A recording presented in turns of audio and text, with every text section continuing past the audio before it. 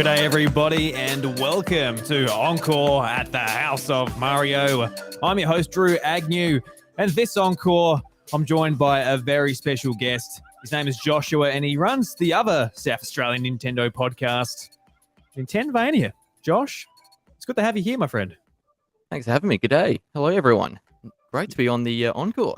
Yeah, and this is a very special one as well, because this is the first book club I've ever participated in my whole life. And me, all the way back in primary school, be proud of adult Drew. Hey, look, he's read a book. Or, well, in this case, listened to a book. I haven't read a book since school. So this was, I mean, we still haven't done it with this, but interesting concept. And yeah, I love the collab. Get the chance to sort of talk about this awesome book or audio book that we've just listened to. Yeah, absolutely. And if it wasn't obvious, the book in question is Disrupting the Game from the Bronx to the Top of Nintendo, written by Reggie Fils-Aime, former president and COO of Nintendo of America. And it was very exciting to listen to this because I guess we're big fans of Reggie over the years. Back in 2004, when he, graced the stage at E3, that was when I was very much a wee boy with my Game Boy Advance and very much looking forward to the Nintendo DS. So I guess really he's been through our Nintendo fandom and all of that, being the big sort of presence at Directs and E3s and all the marketing that we gobbled up and made us into obsessive fanboys today. I guess he succeeded.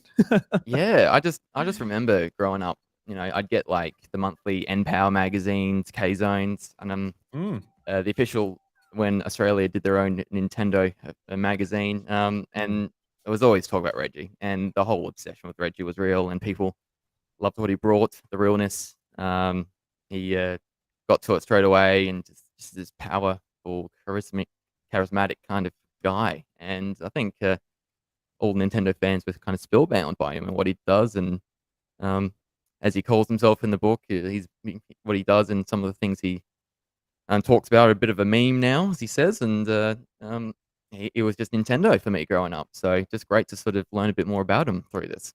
Yeah, I guess he's one of those personalities that Nintendo had as well, that, you know, could speak fluent English. We had a lot of people over in Japan, whether it was Iwata or Miyamoto, and the multiple directors and producers, and even everybody down in the pits that you don't necessarily see in the marketing content, whether it's directs and whatnot. But I guess Reggie was the one where it's like, all right, you know, you are the head man of Nintendo of America, so it's a lot sort of easier to get interviews and press, stuff from IGN or the big guys over there, which you didn't really get from the Japanese players. So I think that played into it a lot as well, because Reggie does sort of talk about it in his book. It was an interview we did with kind of funny actually, to promote the book. But what he goes into is he doesn't understand why people have such an obsession with him when he's not the one who's creating the games. And I do get that. He's just the businessman who's trying to sell a product at the end of the day. He knows it. He is the man behind the brand, but himself, he is a brand. He like a sweet talking marketer. He knows how to promote a product.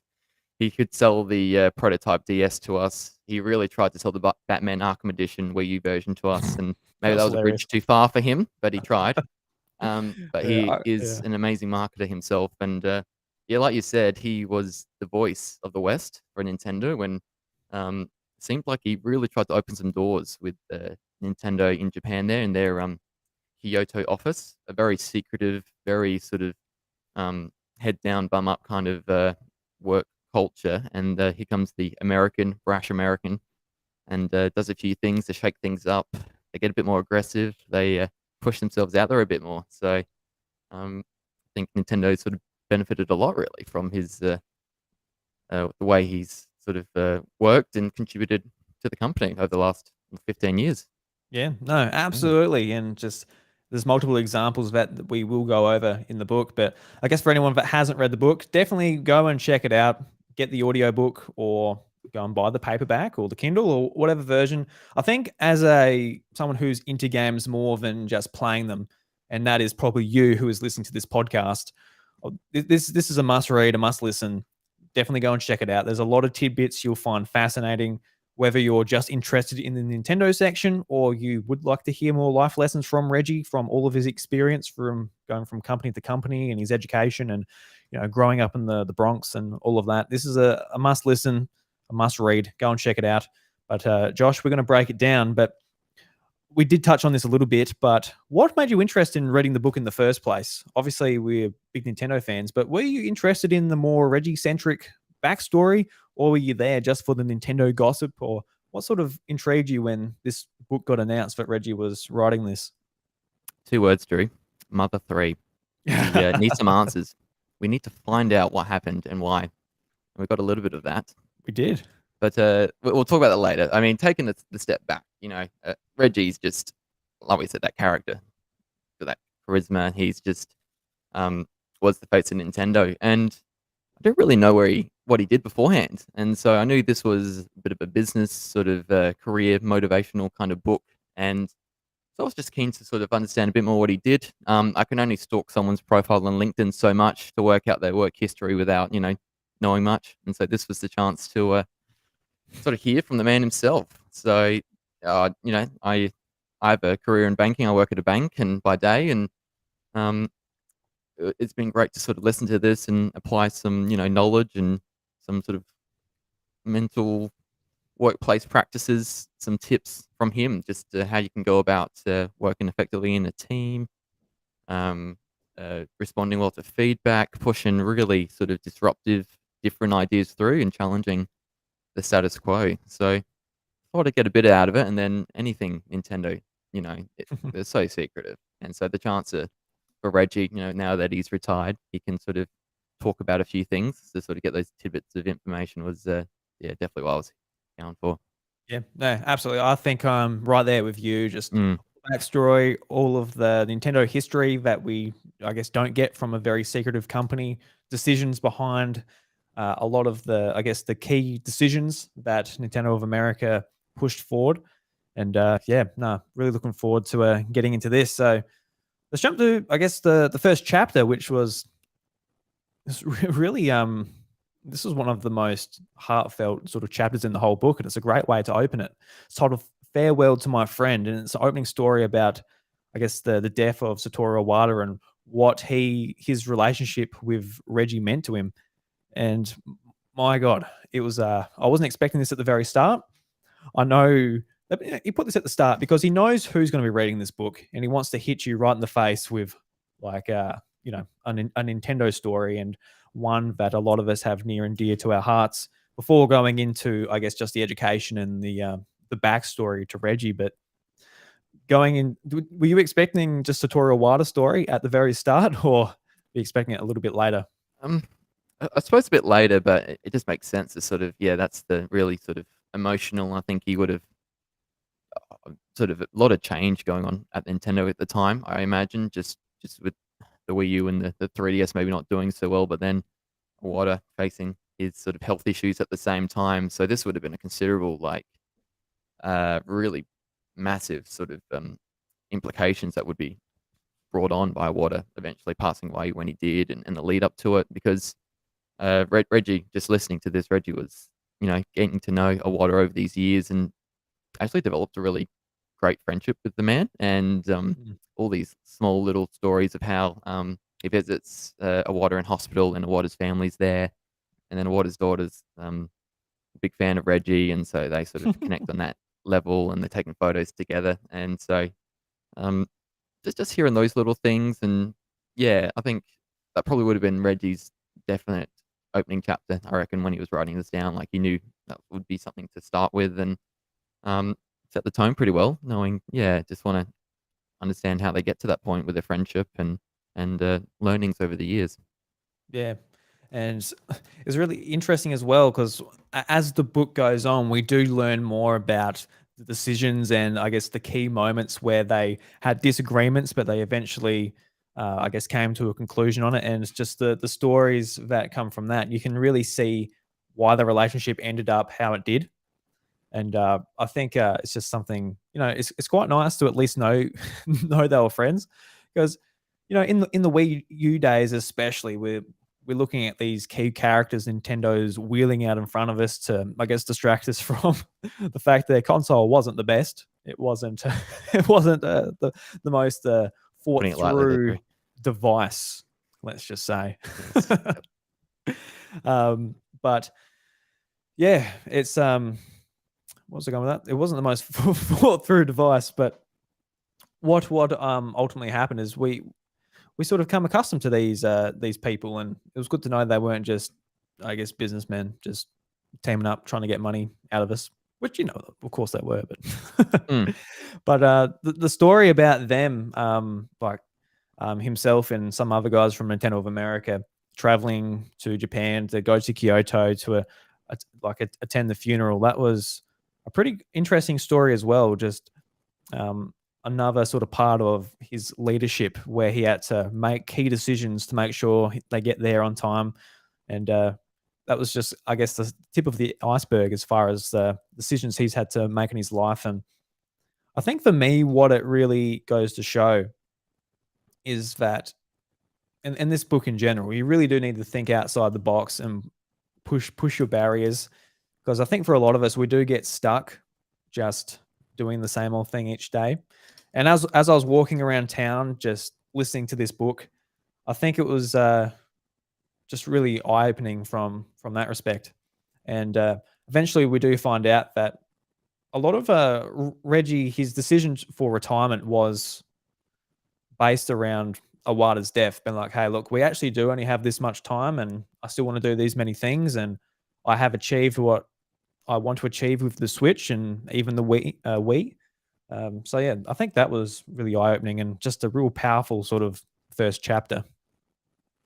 Yeah, he wanted to end on the high. He knew that with all the change with what is passing with the Wii U and doing really badly. Even 3DS did at the start, and I know it recovered. But when you're at a company for that long, you want to leave it in a better position than when you started. And so I think Reggie knew that 3 years into, I was only 2 years actually into the Switch's life, he knew that they were on a winner and decided to pull up the boots. And yeah, I think you can sort of your legacy sort of defined by the actions and what you've done previously. And so he'll be known as delivering the Switch to the market, helping Nintendo release it, and being a real winner. And it's we're still seeing it sell amazingly well. So, and then I just love the fact that before Iwata passed away, he really wanted Reggie to go down to Kyoto to actually see the prototype. And so, this is not just Reggie's work, not just Nintendo's work, but Iwata's sort of, before he does pass away, he's instrumental in bringing the Wii U's replacement to the market. We're talking about the trust and how they build that friendship. The book talks about, he takes over in 2004 and Nintendo, oh no, he doesn't become president at the time. He's a chief marketing executive, I believe.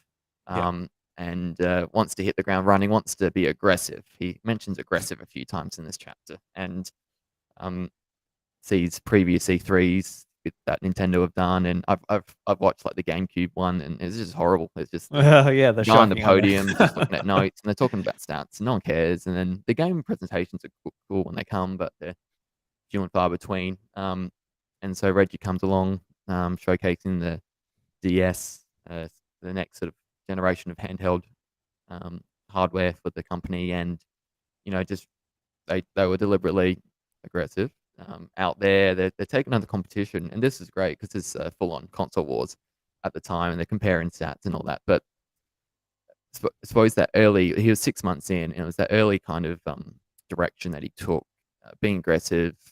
He helped turn around the GameCube a little, I believe, but then the DS had a great launch, and I think the proof was in the pudding with Reggie doing that hard yakka at the start, and then he gets the president role for Nintendo of America and sort of gets elevated very quickly. And so with that hard work came that trust, and sort of he keeps pushing through that door with Nintendo in Japan there, and trying to get them to be a bit more open, trying to address different ways of thinking about things, doing things. And I think that mutual respect definitely evolves, and that's how that friendship between them, the personable one, comes and eventually, yeah, it does happen into what it does. Mm. Does Yeah, yeah, like and starts being. just like going through it, you can just see their heads clash every now and again, and Mm, I'm sure puts it in the book is a lot more probably monotone than how it actually happened. Having two of these men like make these serious decisions that ultimately will affect the bottom line of their company. But before we jump into, I guess, more of the Nintendo side of story, let's discuss some of the book that covers, Reggie's backstory, his education, and some of his previous jobs. Because I found just the companies that he worked at was actually really quite interesting going through them all and different sort of yeah. skills he learnt from each one. And then you can see them applied to what he does at Nintendo, ultimately at the end of the day. So I guess he grew up in the Bronx, obviously with the title of the book, and this really sort of affected, I guess, how he outlooked on life, and just with his parents, like ultimately making the decision to move him and his brother out of there to, I guess, pursue better education and all of that. I think that was a massive thing for, I guess, his parents to do, and it's interesting too because, like, otherwise, if they didn't make a decision like that, we might not have ever seen Reggie be anywhere near the position of, president of Nintendo of America. So I think just from the very start, you can see the decisions that, his parents made just set him on the path to, go to business school and pursue all of these different companies. So I think that of just the off the very top is just really quite just just really important to his story. But Yeah, he um, got dealt a tough hand, and even mm, talking about his grandfather fleeing Haiti to come to America, and got yeah, told if he spoke against the country, he wasn't. Oh, sorry, if he left the country because he wanted to leave to speak out against him at the UN, that he wouldn't be allowed to return, and so um, yeah, just the gamble that his grandfather did, and to do that, and obviously I don't want to talk too much, but he makes a new family, and here, and that's how Reggie mm, comes to be growing up in the US. But it's a tough hand you get growing living in the Bronx. It's a one-bedroom apartment or something. I think they were mm, talking about growing up in. Um, he's calls himself a black man, and so there's other already straight away stats say that there's more against you for that, and so um, just he's just so determined. You just listen to it, and he's just switched on, determined, knew what he wanted, and he's a fighter, and so um, it didn't seem to matter how far back he was, what the obstacles were. He was just he knew what he wanted to do. He wanted to get the education. He wanted to um, achieve really highly at the top. So um, yeah, just sort of an inspiring kind of setup for the book there. yeah. A bit Like more insight into the man. the story about his grandfather was insane, especially how he Mm, never saw his wife again. So Jesus, yeah. like that is really insane, brave stuff. And I think the word brave probably gets thrown around a little bit too much these days, but that is truly something important Mm, and brave to stand up for, and bring that type of thing to your family. So that was amazing. And I guess going forward to his education, he eventually ended up at Cornell through a scholarship, and this was we knew, I guess, he went to Cornell because he's doing a lot of the speeches and the education there when he did retire from Nintendo. But I think this is it's just cool to know. Like, I don't know, from someone like me, I've never been to university or anything, so I don't have any, I guess, experiences to pull from.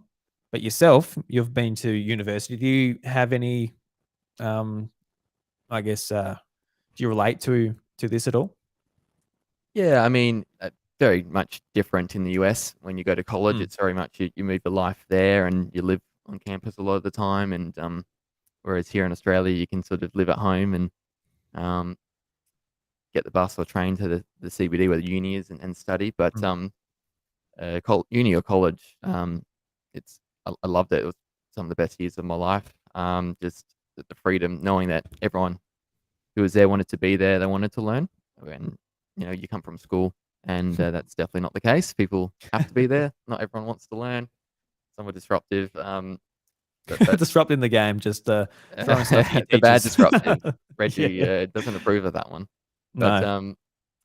yeah, and so like I've met some of my best mates from uni, and you sort of develop all these different friendships and connections, and being with like-minded people. It's the start of a network, or however you want to call it, your new friendship group, and so and very prestigious to go to Cornell.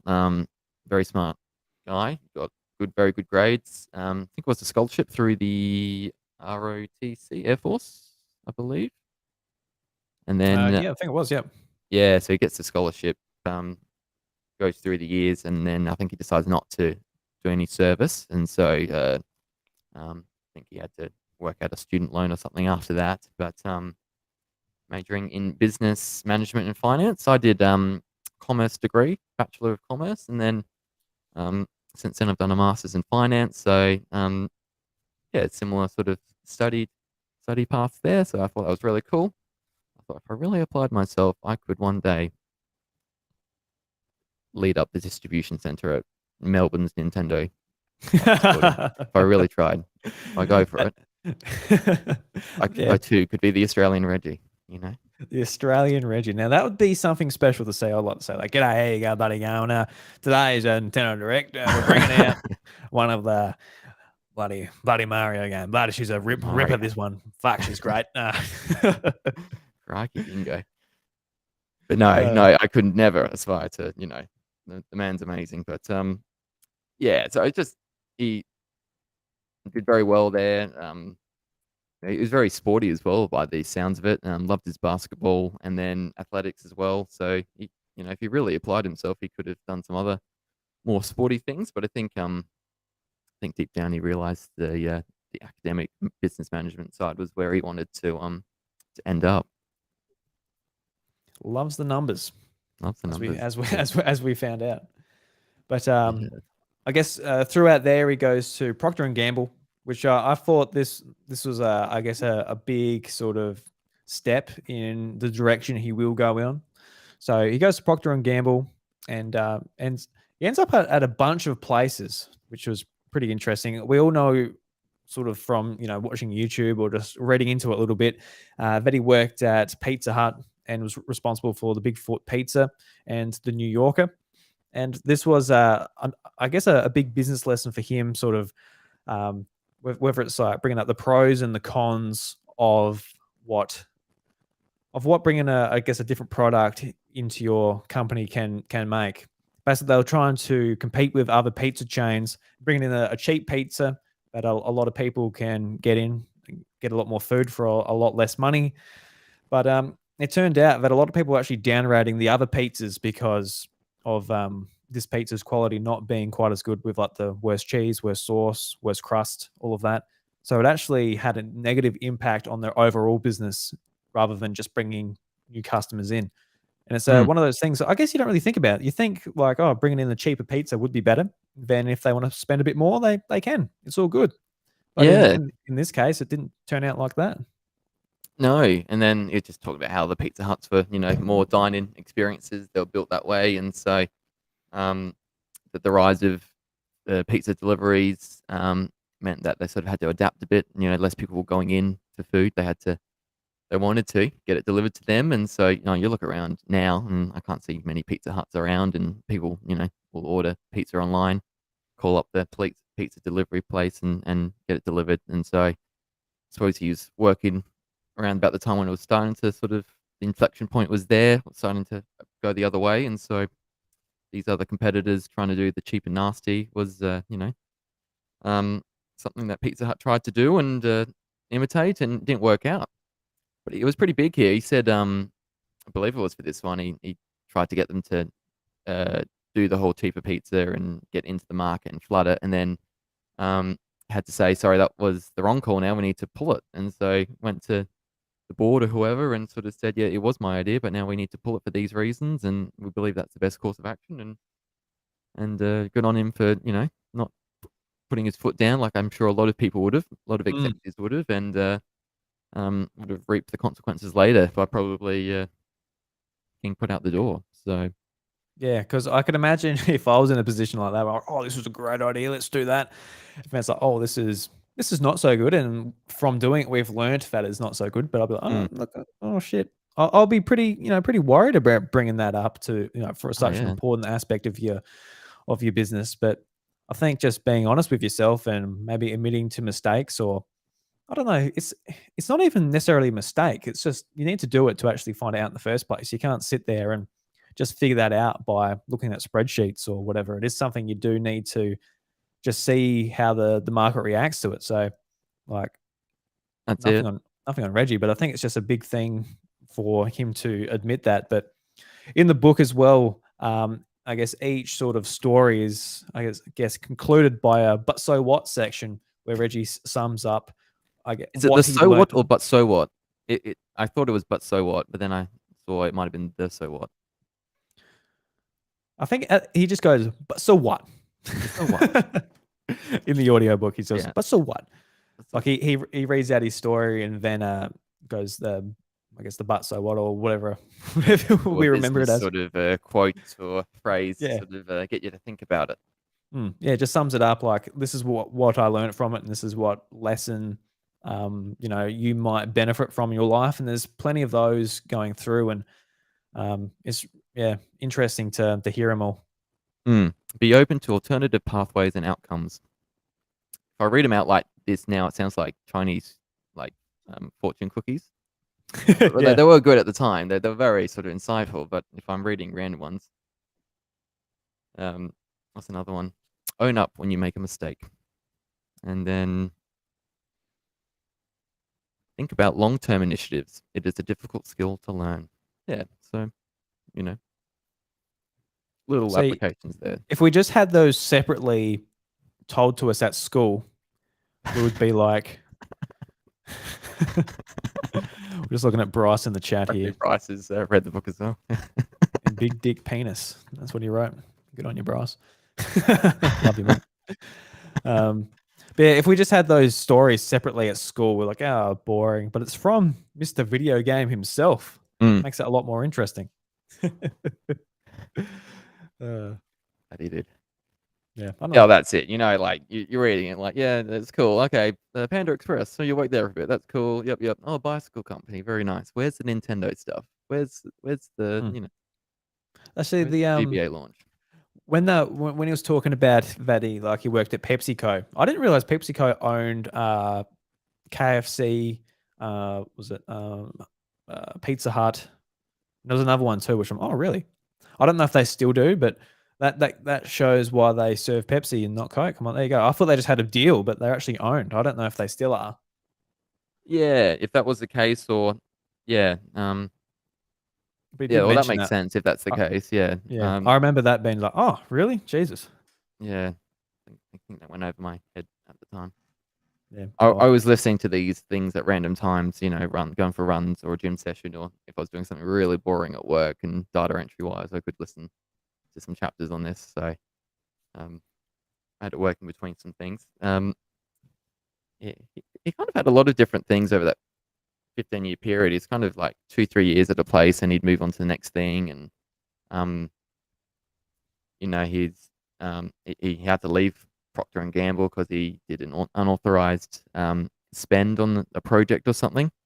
mm, And so I didn't write the one-page memo that he talks about how important they are to get right and succinct, and it's an important skill to have if you're working in any sort of business management role. And um, although the campaign was good, I think he didn't go about it the right way, and so yeah, yeah, it stuffs it up a bit. yeah. Even though it turned out well for the company, it's like, no, still not happy with it. How the Yeah. process went. Yeah. Yeah, is there any sort of companies that sort of spoke out to you when you were listening through the book, like, oh, that's really intriguing, or you weren't aware?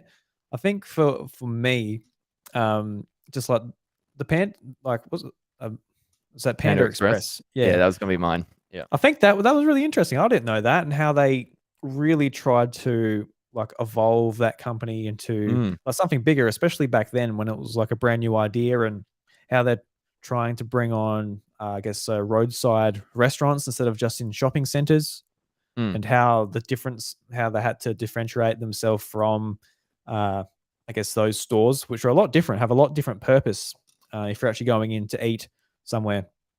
And I don't know. It sounds good to me because around here we've only got mum and pop Chinese shops. So just like a drive-through Chinese sounds Yeah. good to me. Actually, we do Yeah. have a we do have a drive-through Chinese here, which is pretty good. Okay. But Yeah, it was interesting because he's talking about how a lot of the Chinese restaurants were sort of the mum and dads, the locally owned ones, and mm, I think that's largely the case here too in Adelaide. I mean, all the yeah, ones we go to are local owned ones, but yeah, Panda Express was owned by two people, so it was private, and they wanted to take it to an IPO, which is an initial public offering, and so you get offered shares, people could buy into the company, and sort of um, they wanted to hit a few sort of checkpoints first to get to that point, and Reggie's been brought onto this marketing team to try and lead that change and get it out there, and so um, you just learn a lot listening to the book about what happens in the fast food sort of business and for these Chinese restaurants to come out. Talking about the orange chicken, how costly it was to make, and um, asparagus got costly, so they switched to broccoli and chicken or something. There was some other swap in there, but even going over the street store concepts, they had lots of mall locations, but and they knew there could only be so many of them, and so they wanted to get like a layout for a street store. So um, they're going to be a bit bigger. Yeah, the drive-through, like you said. So um, for a marketer, he's sort of getting into the real sort of strategic kind of application of it as well. And so he's not just being a marketer, but yeah, that sort of operating strategic lead as well. So he's um, doing a lot of stuff. So and then getting into the detail as well by the sounds of it. So mm, it was just interesting how yeah, they did pretty well, and I think they succeeded, but it didn't work out. They didn't want to go ahead with the IPO, and so kind of knew his time was up after that. A lot of work yeah. for nothing, and he might have got some. I'm sure there would have been some nice sort of equity packages if they did go ahead with it and sort of a good share of the company, but not to be.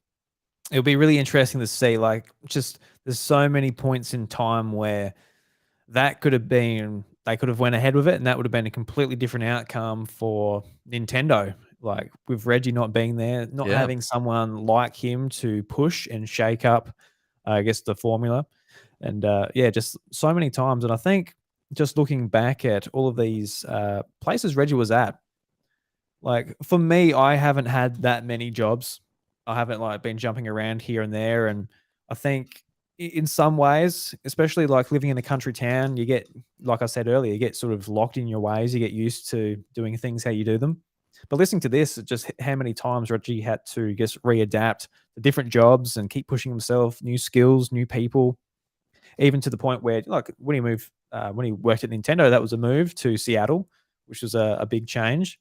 And I don't know, I feel like I've just got to, I guess, reading anyone's successful backstory, it's just like, shit, I need to do more. I need to do way more than I did. And like, it's not all positive. Reggie does mention that there's a 3-year period in his life where he went through some tough times, jumping from job to job, not really getting anywhere in his career, went through a divorce, all of this, I guess, personal stuff that comes with that. So, it's not like it's all been just roses for Reggie, but yeah, I feel that's something I got out of it. Just need to Mm. keep pushing myself, keep doing different things, even like real simple stuff like, try a different sport every year. Just something. Just it doesn't have to be like get a different job every 3 years or anything like that. But Drew, you've um, just played 6 sports in Nintendo Switch Sports. Slow down. I think that's right. you're way Okay, ahead for this year. I think that's right. I'm golf really is coming branching soon as out. well, mate. Come on. Yeah, I'm No, I get what playing you mean, though. football, tennis, badminton. Yeah, I'm really exploring myself. Try new things, Drew. No, I get what you mean. He makes you feel bad because he's done all this stuff, and you look at yourself and you're reflecting. You're like, I could do more. And I mean, I think for me, I did my study. I was keen to get a grad job. I got a grad position at a bank. I got offered a couple of other ones, and I took the one that I wanted. And um, you go into it thinking, I want to work my way up, I want to do this, I want to do that, and I don't know, I think so differently now. I think COVID's just changed the way I sort of approach things in life now, and I don't think I'm as aspirational to climb that ladder as I used to be, and um, I definitely enjoy um, you know taking time to enjoy more simple things, time with friends, with my partner and family, and works second really to all that. So um, you can tell that you can do this, you can aspire to be the best, to be the top of your craft, but yeah, it did come at a cost for him. Lot of moving. He moved a lot, and then yeah, like you said, the divorce, which would have been tough. He had 2 kids at the time, and um, can't imagine that's a fun thing to go through. And we don't know what the reason was, but I can't imagine he had a lot of free time and was spending them Mm. with the family. And so, especially with the moving, that would have been tough as well. So, um, yeah, it all comes at a cost, and he's done some great things, but also for anyone, it's you can take some stuff out of this book and how to approach things, and yeah, you know what, you can make some changes. You can move down to Mount Gambier. You can down the road. You can do other things. Just to change things up. Yeah, yeah, Mm, absolutely. mm, I think just with what you touched on before too, just with I assume Bridget didn't have a whole lot of spare time, and that's potentially what could have led to the divorce. And I know, like a friend of mine, he mentioned to me a long time ago, is just make sure. This is when I was engaged or something. So just make sure you don't take it for granted that you're always spending time, all of that stuff, mm. and don't focus on one thing too much. Whether that's you know sport or podcasting, whatever, make sure you do it and you do it to the best of your ability, but don't let it take over your life because it could potentially lead to something like that. So I don't know if that's what I like that. happened with That's good. Reggie, but Yeah. it's definitely a life lesson I learned, and I do try to keep in mind. I think that is important. I don't know if Reggie was trying to push that point, or maybe they just didn't get along and they grew apart, and that's just what it was. Who knows? I don't want to speculate Yeah. too much on poor old Reggie. He did put a book That's all out right. there though, so I guess it is what it is. I think he did it right, and I think he's married again and had other kids with his new partner, and so Yeah. um, it's worked out fairly well for him, I think. Mm. Yeah. No, absolutely. All right. So we didn't touch on all the companies there, but I think they're the ones we wanted to touch on. But Well, just I found out that is it mm, nitrogen helps give the head of a pint of beer. dude, yeah. I didn't know that. It's So really funny when you bring I up these wrote that down. points. It's really funny when you bring up Yeah. these points because I remember exactly where I was on my walk when these certain things are brought up. When you brought that up, I was like crossing a bridge, looking down at the water. I was like listening to Reggie's time at the Guinness company, and Yeah. I was like, that's cool. Like he's talking about this brand new can where once you open it, it engages the nitrogen and actually fills it up freshly. I'm like, oh, there you go. Yeah. And but I'm a bit further down the road when he's talking about his time, but he's not having such a good time there. And his old friend who actually got promoted to, I think, someone who runs it back over an island. Mm, He wasn't enjoying it as well, so they both go to a bicycle company and they sell on your bike. Shimano products. And I remember having a Shimano bike Wow. and fishing rod. I remember having those. I'm like, oh, so Yeah.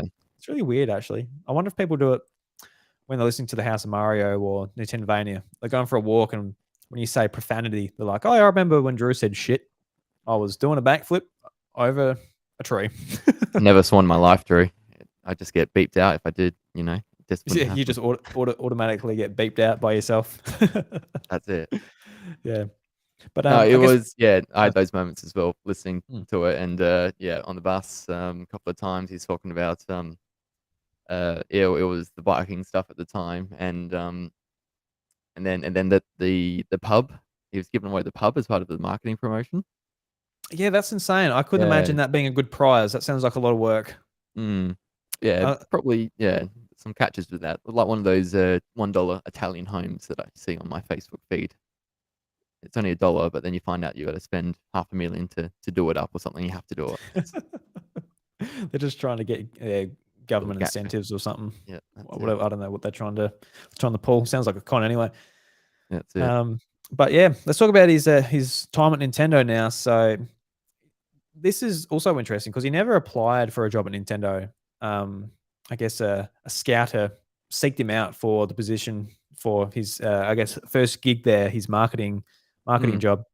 And yeah, just thinking about this, like, I guess we're all thinking to ourselves, wouldn't it be great to work at Nintendo? Let's work in the games industry. Maybe you want a job at IGN, like whatever it is. Like, wouldn't it be cool?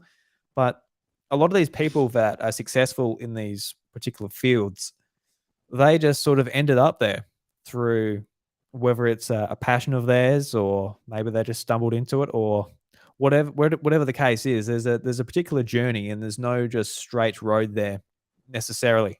And I thought this one was particularly interesting because Reggie ending up with the ultimate job at Nintendo of America with only one promotion Mm. and getting scouted in the first place. I thought that was pretty incredible. He found the So cheat codes and he just used them mm, straight away. It was uncanny. Just straight to the top. Did really well.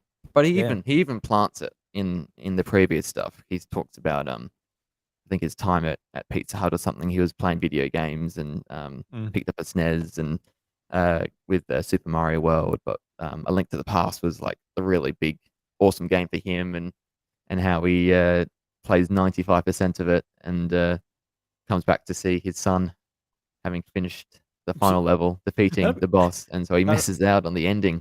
that'd And be so he goes on. devastating. It would have been, but then he goes on later to tell Nintendo executives the story, and I think it was Miyamoto or it might have been Mm. Iwata. I think Miyamoto just Miyamoto, comes up yeah. to him afterwards and asks him if it was real, and he's like, "Yeah, it was." And so, yeah, so he had that connection. But yeah, you're right. It was interesting because Nintendo at the time, he's getting told not to take the job. And you just think back, Mm. 2004, GameCube's launched a few years before, and it's not good. You see this, you look at charts of the NES, the SNES, the 64 to the GameCube is going down. Yep. Things probably aren't looking as good as they had been in the past. Sony's really taken charge here, and then Xbox has just come into the play, and so um, yeah, a lot going on there, and you could have, a lot of people probably would have thought that Nintendo's days might have been numbered, or are they going to be the next Sega to get out of the hardware game? And so Reggie did take a bit of a gamble to take the role and to do what he did. So hats off to him. Mm. Yeah, it's just he had the foresight to see the potential of what games could be, and he talks about it all the time, and he still talks about it now, even in his retirement. But I think just like you can just imagine businessmen just being like, "Oh, look, video games are a waste of time." Mm. You look at the numbers, you see the trajectory. I guess maybe even fair enough from the Super Nintendo down to the launch of the GameCube. You just look at it from pure numbers. You're like, yeah, you're probably not going to compete with that PlayStation 2 all Yeah, that well, that's especially it. after the PlayStation 1, which was a 100 million seller. So it's a big sort of risk going into the video games industry and trying to take on the electronic companies and Microsoft. But I think, yeah, it obviously turned out well. So Reggie gets in there and I guess he starts off marketing around the GameCube and the Game Boy Advance and goes on to the big E3 moment of 2004 when he announces the Nintendo DS prototype at the time, Mm. and really shakes up how they do their press conferences. And we touched at the start, just their press conferences used to be really bad, awful. The marketing people used to come and go, these are the numbers. And I don't know who finds that interesting. The consumers certainly don't. The retailers I be find him like, somewhat interesting, but I feel I'm in a niche there with my financial, I suppose, analyst background. true. But Look, I think I, most people like it's just a number on a screen. It's a bar chart. It's boring. no, you do have a point there. Like I find them interesting as well, but not at an E3 press conference. Yeah, There's a time and a place. I'll be that's quite right. interested if Nintendo's like, hey, these are our financial results for quarter one. Click on the link. Oh yeah, cool. That's interesting to me. But when I'm like, all right, what games am I expecting this year? I don't want to see the charts of how well their previous year went. Mm. especially when they just manipulate it to look good when it's not necessarily that good. I can't imagine early GameCube days would be all that exciting to be flashing up on the screen. Um, Not much to flash up. no, I haven't gone back and watched them, but well, any time recently anyway. But I can't imagine it would be too exciting. But the DS, I think the DS was one of the first systems I was really looking forward to at launch. So um, I had a lot of sort of times looking at magazines, going online, checking out the DS, what it's all about, and seeing it go from the prototype to the original DS Fat, which we eventually got, and Do you have one, by the way? a Fat DS. Yes, I do. Yeah. That was my original one. I have a lot of Smacks DSs, ass. but that was my first. Yeah. Smacks ass, that version. It's just love the Smacks chunkiness ass. of it. Yeah, smacks ass. Oh, Both it's probably cheeks. Is that what you said? That was yeah. no, yeah, it's smack. Yeah, Bryce said smacks cheeks. No, smacks ass. Badminton smacks ass. He said. Um, but yeah, I think it's probably my least favorite DS. I like the DSi, probably the DS Lite a bit, maybe a bit more, just because it has the Game Boy They're a Advance bit more slot. sleeker. I will give you that. Mm. And that's a lot of the criticism Reggie talks about from games journalists and Jeff Keighley as well in the bonus interview on the audiobook. They talk about their just like the DS, especially the prototypes, small screens looked a bit meh, especially compared to the PSP, which at the time was a really sleek looking Mm. device, really nice.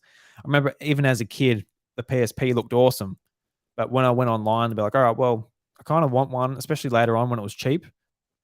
I just couldn't find any games I wanted on it. I couldn't find any, especially like warrant the purchase of one, so I never got one. Especially Yeah. when it was twice the price of the DS, a $400 handheld as a kid. I'm Mm. like, I'm not even going to try to ask for that for Christmas. That's so much. But yeah, I'm looking at the old design of the DS, the prototype, and it just looks like it's yeah the next level up from a toddler's sort of um Mm, toy handheld, and it's looks pretty cheap and plasticky. There's that middle black border there around the two screens. Yeah, I suppose what they redid it to get to was definitely better. So um, yeah, good of them to take the feedback. They've had their own Sonic the movie moment, and they've realized no, we need to change the look of it, and um, helped make it look a lot better. But that didn't last long because I think the DS Lite was like a couple of years after. I think they were pretty quick to keep revising yeah, I think so. I think it was special a couple editions. of They just years. I think it was yeah 2006. I think. yeah, so they just kept redesigning it anyway. Mm. Mm. Yeah, I think a lot of it too is like just the business decisions behind like the DS launched before Black Friday 2004 in the United States, whereas for us, I think it was it's February 2005 it came out here in Yeah, Australia. we got it the next year. Yeah. Yeah, so it's a lot like you can sort of see a lot of Reggie's decisions and pushing on, I guess, leadership at Nintendo of Japan just to really push the United States ahead and get the inventory and all that. And we saw that with Wii as well, which which I think for me, when the Wii came out, I was a lot more of a Nintendo fan after spending a couple of years with the DS and the Game Boy Advance. So I was really looking forward to the Mm. Wii, and the wait between the release dates in the United States and Australia was just it hurt, and then I had to wait for Christmas as well. So it was just drawn out that much longer. It Was it was, was it a month? The Wii release date? Because I remember it getting right before Christmas. It came out. yeah, it came out December here, and I must have been Yeah. November before Black Friday in the States. Mm. But yeah, I was the same. Like I didn't get any other console on release until the Wii, and so the Wii was like the big one. Like, oh, this is cool. I want this too. I want to get this day one. And so, um, yeah, where was it? I'm looking on the trusted Wikipedia page for the release date. It's not helping me. Where is it? Would have been December, but yeah, I think yeah, it's a little bit later. But yeah, that was cool. That was that's part of the beginning of their blue ocean strategy, isn't it? That he and Iwata helped come up with.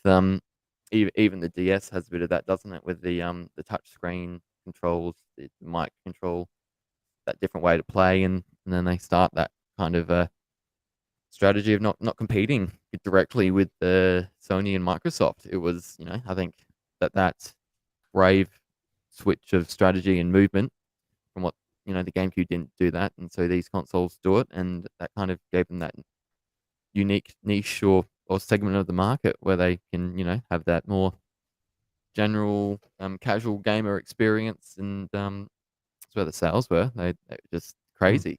What the DS did sell, what the Wii did sell, millions of units, and a whole bunch of software as well.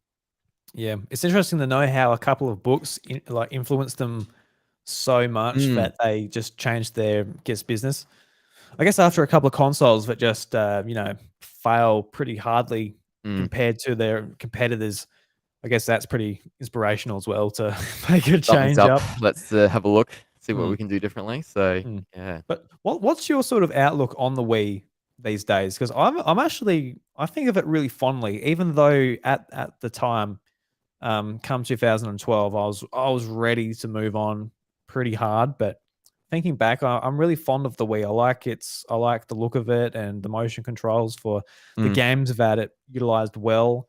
So yeah. I loved it. I loved everything about the Wii. Yeah, like I said, got on release day. I remember picking up all the titles. Super Mario Galaxy is the one game I cannot remember obsessing more about waiting to come out. And so this was 13-year-old Josh, I think, when it does come out the next year. So some really great memories. I feel like that's the console I grew up with. I had my own GameCube for a couple of years, but that was towards the end of the life cycle of the console, and there wasn't as much sort of hype and buzz around it. Whereas the Wii, it's Mm. like we had it, and then everyone was freaking out that we had one where we lived, and everyone eventually got one. Um, and there's some, it delivered on most sort of, you know, Nintendo franchises came along, and so it wasn't just the old stuff we had before, but also these new sort of experiences with motion controls, like Wii Sports is so good. Wii Fits, different with the balance board. But it's just a fun multiplayer system. So I have like great memories of friends coming over. I have two brothers, and so we just would play Smash Bros. We'd play Mario Kart Wii. So many hours into Mario Kart Wii. Um, all the party games. Just yeah, great time. I will admit, just the last few years, you just go back to it, and it's just the motion controls annoy me now a little. I don't know, like having to replace batteries in a Wii remote just annoys me for some reason. Um, so sadly, I think the tinge has gone a little, but it still does hold a special place in my heart. So just what is completely quintessentially Nintendo what they did. That whole Yeah, console is. Yeah. yeah, just like really just trying something different and putting that out Mm, there. And I think as it really sort of sums up, I guess, Reggie's story, just trying to break barriers and disrupt. yeah. And that is exactly what the Wii did, and that was the perfect product for him to push forward. It's just something that's completely different, and getting questions from journalists going, "How does this work? How does this? Why are you doing this?" And he and Iwata and the team had just a really just straight and narrow message of, this is different. This is easy to pick up. This is what we're doing. This is good for, I guess, casual people to get in. This is our blue ocean strategy. We're not competing with those guys. And even going forward, this is what Nintendo continues to do. Maybe to less of an extent. Obviously, the Switch is a lot more comparable to the other two. Mm, Apart from you can take it with you and put it in your pocket. But I think just with the Wii and how it was handled was just really really well done. I think just on a messaging point, and um, we can look at the Wii U, and that definitely wasn't wasn't the case with that. They no, completely lost whatever it can place ideas they after had that. in their head. Yeah, but he had to fight hard for the Wii to do well. He talks about Oh, how of Wii course. Sports wasn't going to be bundled in, and so he had to fight for that. And Yeah. Miyamoto's getting really mad with him. Like the idea of giving away a free game is just Nintendo doesn't do that. We just that's Miyamoto with this developer hat on. All this effort we're doing just to give it away for free, just didn't sit right with him. But he kind of wins with the Western releases getting the game packaged in, and I think the Japanese ones don't. So that was a big fight. Even with the DS, trying to because sadly Metroid Prime Hunters wasn't going to be ready in time for the launch of the DS, and so he fought for the demo to be included with the original Mm. actual DSs, and so never got one of those. I don't know if they did launch in Australia like that, but They yeah, did. that's such a Yep. it did. Yeah, so such Mm. a cool concept. That's like here's the new piece of Nintendo hardware. Here's not maybe the Mario's and Kirby's or Zelda's you used to. Here's Metroid 3D on a handheld. It's pretty crazy. Mm. It was a And very impressive game on DS. yeah, Did yeah. you play it, Metroid Prime Hunters? I have not. It's Mhm. I've played all the mainline Metroids. I am up to the weird ones now. So I need to get my hands on a physical copy of Metroid Prime Hunters. Yeah. It's just so Well, expensive now. That's the thing. oh yeah, it would be. I think it was like the multiplayer in that game was fantastic. It utilized, the touch screen, the dual screens, even just like the wireless compatibility and online features of the DS. It was really impressive, and it just shown off everything. And I didn't get the demo because it was only, I guess it was only included with the DS for the first month or so. And I got my DS in June 2005. That's when my birthday is. Yep. So I missed out on the demo, but when the game eventually came out, I played it a whole heap. I didn't finish the campaign. I thought the campaign was too repetitive. I wasn't enjoying it. They just like reskinned two bosses and just swapped between them as you went through. I'm like, I don't know. I just lost interest. I know Bryce is a big fan of the campaign as well, though. But um, it was interesting because Metroid Prime Hunters, it's developed by a team within Nintendo of America. And I knew that, but I didn't realize it was purely because they're looking for a very Western type of game to push the DS Mm, hardware. And so that's why they specialized it within Nintendo of America. And I didn't know that. So I thought that was interesting. And I think one of the biggest stories, which you just touched on before, was the inclusion of Wii Sports with every Wii sold in, I guess, everywhere apart from Japan, and just yep. the really internal conflict that this put forward. But looking in hindsight, this was a super necessary move. This had to happen. Nintendo, like Reggie said, had to be aggressive. Coming from the GameCube, they're competing against PlayStation. And PlayStation, while they had a bit of dip in the PlayStation 3, even today, they are the strongest gaming brand in video games. I don't. You can look at maybe Nintendo as far as their IP go. You could say that, but as far as hardware goes as well, I don't think PlayStation is going to be toppled anytime soon. I think just too many people that want to play a video game, like whether it's FIFA or any of these sports games or Call of Duty, it's all on PlayStation. Yeah. And it was pretty much no different then, maybe even stronger than with the PlayStation 2. If you want a game, it's going to be on PlayStation 2. If you want Grand Theft Auto, you want anything from Rockstar, it's just all on PlayStation, apart from That's it. Halo and Mario. That's it. So they had to come out just swinging because PlayStation, they were looking aggressive. They had the PlayStation Portable. They were going to take up the biggest market Nintendo had, but they needed to Ready to hold really on to. shake things up. Yeah. Yeah. So with Wii Sports, if Miyamoto and Iwata said, "All right, it's not going to be included," and Reggie went, "Okay," oh God, I could only imagine. Like the Wii would still be successful, but I think just that clear messaging of this can be a tennis racket or a golf club Mm, or a boxing glove. I think that just nailed home what the system could do. Because potentially in Japan, people could have picked up the Wii, bought Twilight Princess, which is a fantastic game, but it doesn't narrow in just what this system is and what it can do. And mm. people could have potentially missed out on that title and never really got the full enjoyment out of the Wii. And honestly, I feel a little bit it's the same about the Switch with 1-2 Switch. I know we can look at that game and 1-2 Switch, is it worth $80? Hell no.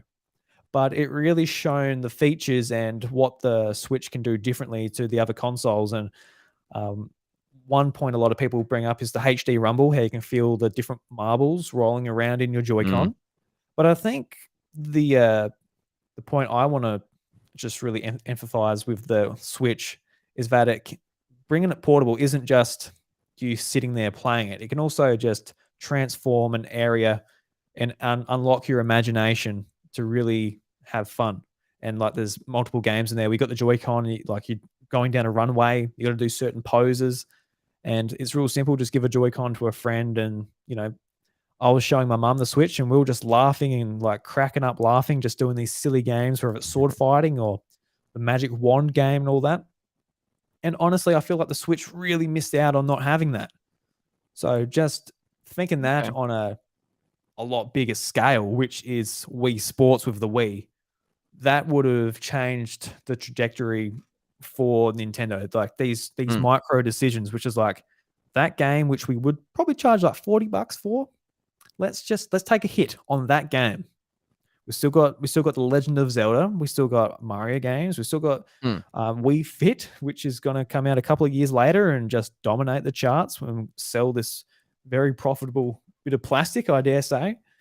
But it's decisions like that that just are really interesting to get a look at. And there's multiple of these in this book, which are at Nintendo and also are not. But yeah, It just made sense too. It just gave people a reason to further get a Wii. People talked about it. There was just real genuine hype around Wii Sports, and it just the Wii Sports was easy to understand, and you give them the remote, and like you said, it's just easy to understand. You mimic the actions like you're playing real sports, and so um yeah, bundling it together, and even with the Wii Play, bundling it with the Wii Remote, that was a big thing Reggie pushed for as well, and yeah, gives you another reason. It's a multiplayer system, and so you do that, and it's what I did. We bought Wii Sports with the mm, Wii, and then we bought Wii Play because of the remote, and so we got mm, these two games at launch, two remotes. We could do multiplayer. We could try out all the other games in Wii Play and test out all the other things that Wii Sports didn't showcase with the actual Wii Mote, and so yeah, that just it just sold it right there. That's all you needed, and it just gave it the step up that it needed for the rest of its cycle. It's different for the Switch and for the Wii U. I feel mm. because Nintendo tried to do Nintendo Land with the Wii U, and it just doesn't have the same general appeal, does it? It's niche Nintendo IP that the general player will know the Mario and then Zelda maybe, but the Pikmin world, the Metroid one aren't as well known. It's more of a party game that's a bit more, not as Definitely. well Mm. generally received. And then the same thing I feel with 1-2 Switch. Like it should have been bundled in. I get that. It should have, shown what the Joy-Cons can do. But um, at the same time, I think it was the portability that just sold it by itself. And then having Breath of the Wild there day one, that was the Definitely. seller. Yeah. The seller, definitely. Yeah. Yeah. So Sometimes, like, I think to myself, what is the most important Nintendo game that they have released? It'll be between Breath of the Wild, Wii Sports, potentially something like Super Mario World. even Super Mario Bros. Just for that to do so well back Of in the course, day. Super Mario Bros. Yeah. Yeah. Like there's lots of points in Nintendo's history. I argue Breath of Mm, the Wild because a lot of people considered Nintendo out. Like, yeah. and Nintendo's been considered out a lot of times, but I think this time was real. Like it was like, all right, like, are you guys seriously gonna keep making stuff? And yeah, Breath of the Mm, Wild just nailed home. Like, yes, they still make great games. Yes, the hardware still facilitates their vision and what they want to do. Um, so yeah, I might change my mind every time I sort of think about that question, but it's it's something anyway. But yeah. I want to touch back on what you said about We Play when like with your story and how he was describing it with Miyamoto, been like, Reggie, you don't understand how much work goes into creating video games. It's like, yeah, well, I get that, Miyamoto. And then he brings up, then he basically comes back and says, Reggie, we've got this game. It's called like essentially called We Play, and that can be bundled with the Wii. And Reggie has a look at it, goes, look, these games are fun, but it really doesn't nail in why people need to play a Wii. Yeah. Why don't we bundle this with the Wii Mote? So instead of giving away one game, they're actually giving away two games with two different products. And I could only imagine just like Miyamoto's like, what? Just And completely furious. loses his mind. Like, you want to give away one game. He didn't like I the idea know. of Then that. you just yeah. But then, Just doubles down. No, it's two now. If you keep yeah. arguing with me, I'm gonna throw in a Wii Fit as well when that comes out. It's Mm. just doubling down. but it was the right call, wasn't it? And then I can Definitely. imagine it would have been so frustrating from a developer's point of view. You know, the marketer, the guy that you probably think doesn't know anything about the video game business comes in with all these weird and brash ideas, and I could understand that point of view. You get that at work sometimes. People come along and tell you how to do your job better, and you're thinking, yeah, I I've got no idea. So I can definitely get that. Basically, someone telling you how to do your job, even though they got no idea how you do your job. yeah, But yeah. in saying that, Wii Play, seriously, you didn't want to bundle that in with a Wiimote. That's a bit of a stretch, Miyamoto. Calm Mm. down. I'm sure it didn't take that much time. If he wanted to bundle in Super Mario Galaxy with a Wiimote, then there might be Yeah, a bit more of a Miyamoto spat to go it on was a in the bad office. call on his part, but I think his worst one was saying Pikmin was the next Mario. Still, that's still definitely my top one. He's got wrong. Hey, look, that comment might age poorly soon because I really hope next it will. next If I Pikmin's have to just keep bad like, mouthing it, then I will. For Pikmin 4 to do come out. mm. Well, it's a bit like Animal Crossing. It's almost double the sales of Mario Odyssey. So, Mm, yeah. stranger things have happened. I guess that doesn't count though. Mario Kart is still ahead of it. So Mario technically is still there. Yeah. Just keeps selling, doesn't it? Damn. God damn. We'll get it eventually, Mario Kart 10. Mm. So there's so many stories in the book within the, I guess, the Wii and DS era. The last one for this era, I probably want to touch on, unless you can think of another one you want to touch on, is just the brain training sort of Mm, story that goes on. And brain training is yeah. it turned out to be an absolute massive game, but this is definitely a title that just didn't exist. Games like this Mm, didn't exist. This was before the iPhone and the App Store was what it is today, or even was back in 2010. Like it grew really quick, mobile gaming, but like the idea of just turning on your DS, nice and casual, testing out your brain, doing some puzzles, turning it off. That just it wasn't a concept on Game Boy Advance or PSP or mm, it's just it wasn't a thing you did or associated with video games. But um, in Japan, it was a massive hit. Just with what's his name again? Doctor Kimishima? No, not Kimishima. That's Nintendo president. uh, um, Um, I forgot yeah. now. I don't want to embarrass myself and get it wrong. He doesn't it? Anyway, you look it up for me. Hiroshima? Karashima. Hiroshima? I can't remember. It's on the box. I can't remember. Sorry. But It is yeah, I think just like he was basically a Hiroshima. celebrity. Yeah, he was a celebrity in Japan, and Mm, yeah, I um, didn't know that. they they were able to sort of market the game with the help of his figure in Japan, and he had this idea of brain training, training your brain, trying to get your brain age down each day. And it's just a kind of a cool little concept, and Mm, they're looking at how to translate it and bring it over to the West, and all of the troubles that brought along with just translation and I guess technology that lets you I guess recognize letters in the English language compared to kanji and all that. Um, but the biggest one was just like the introduction of Sudoku to the game and how that was put to Satoru Iwata and all of that to, I guess, remain to the integral product that the Japanese release was.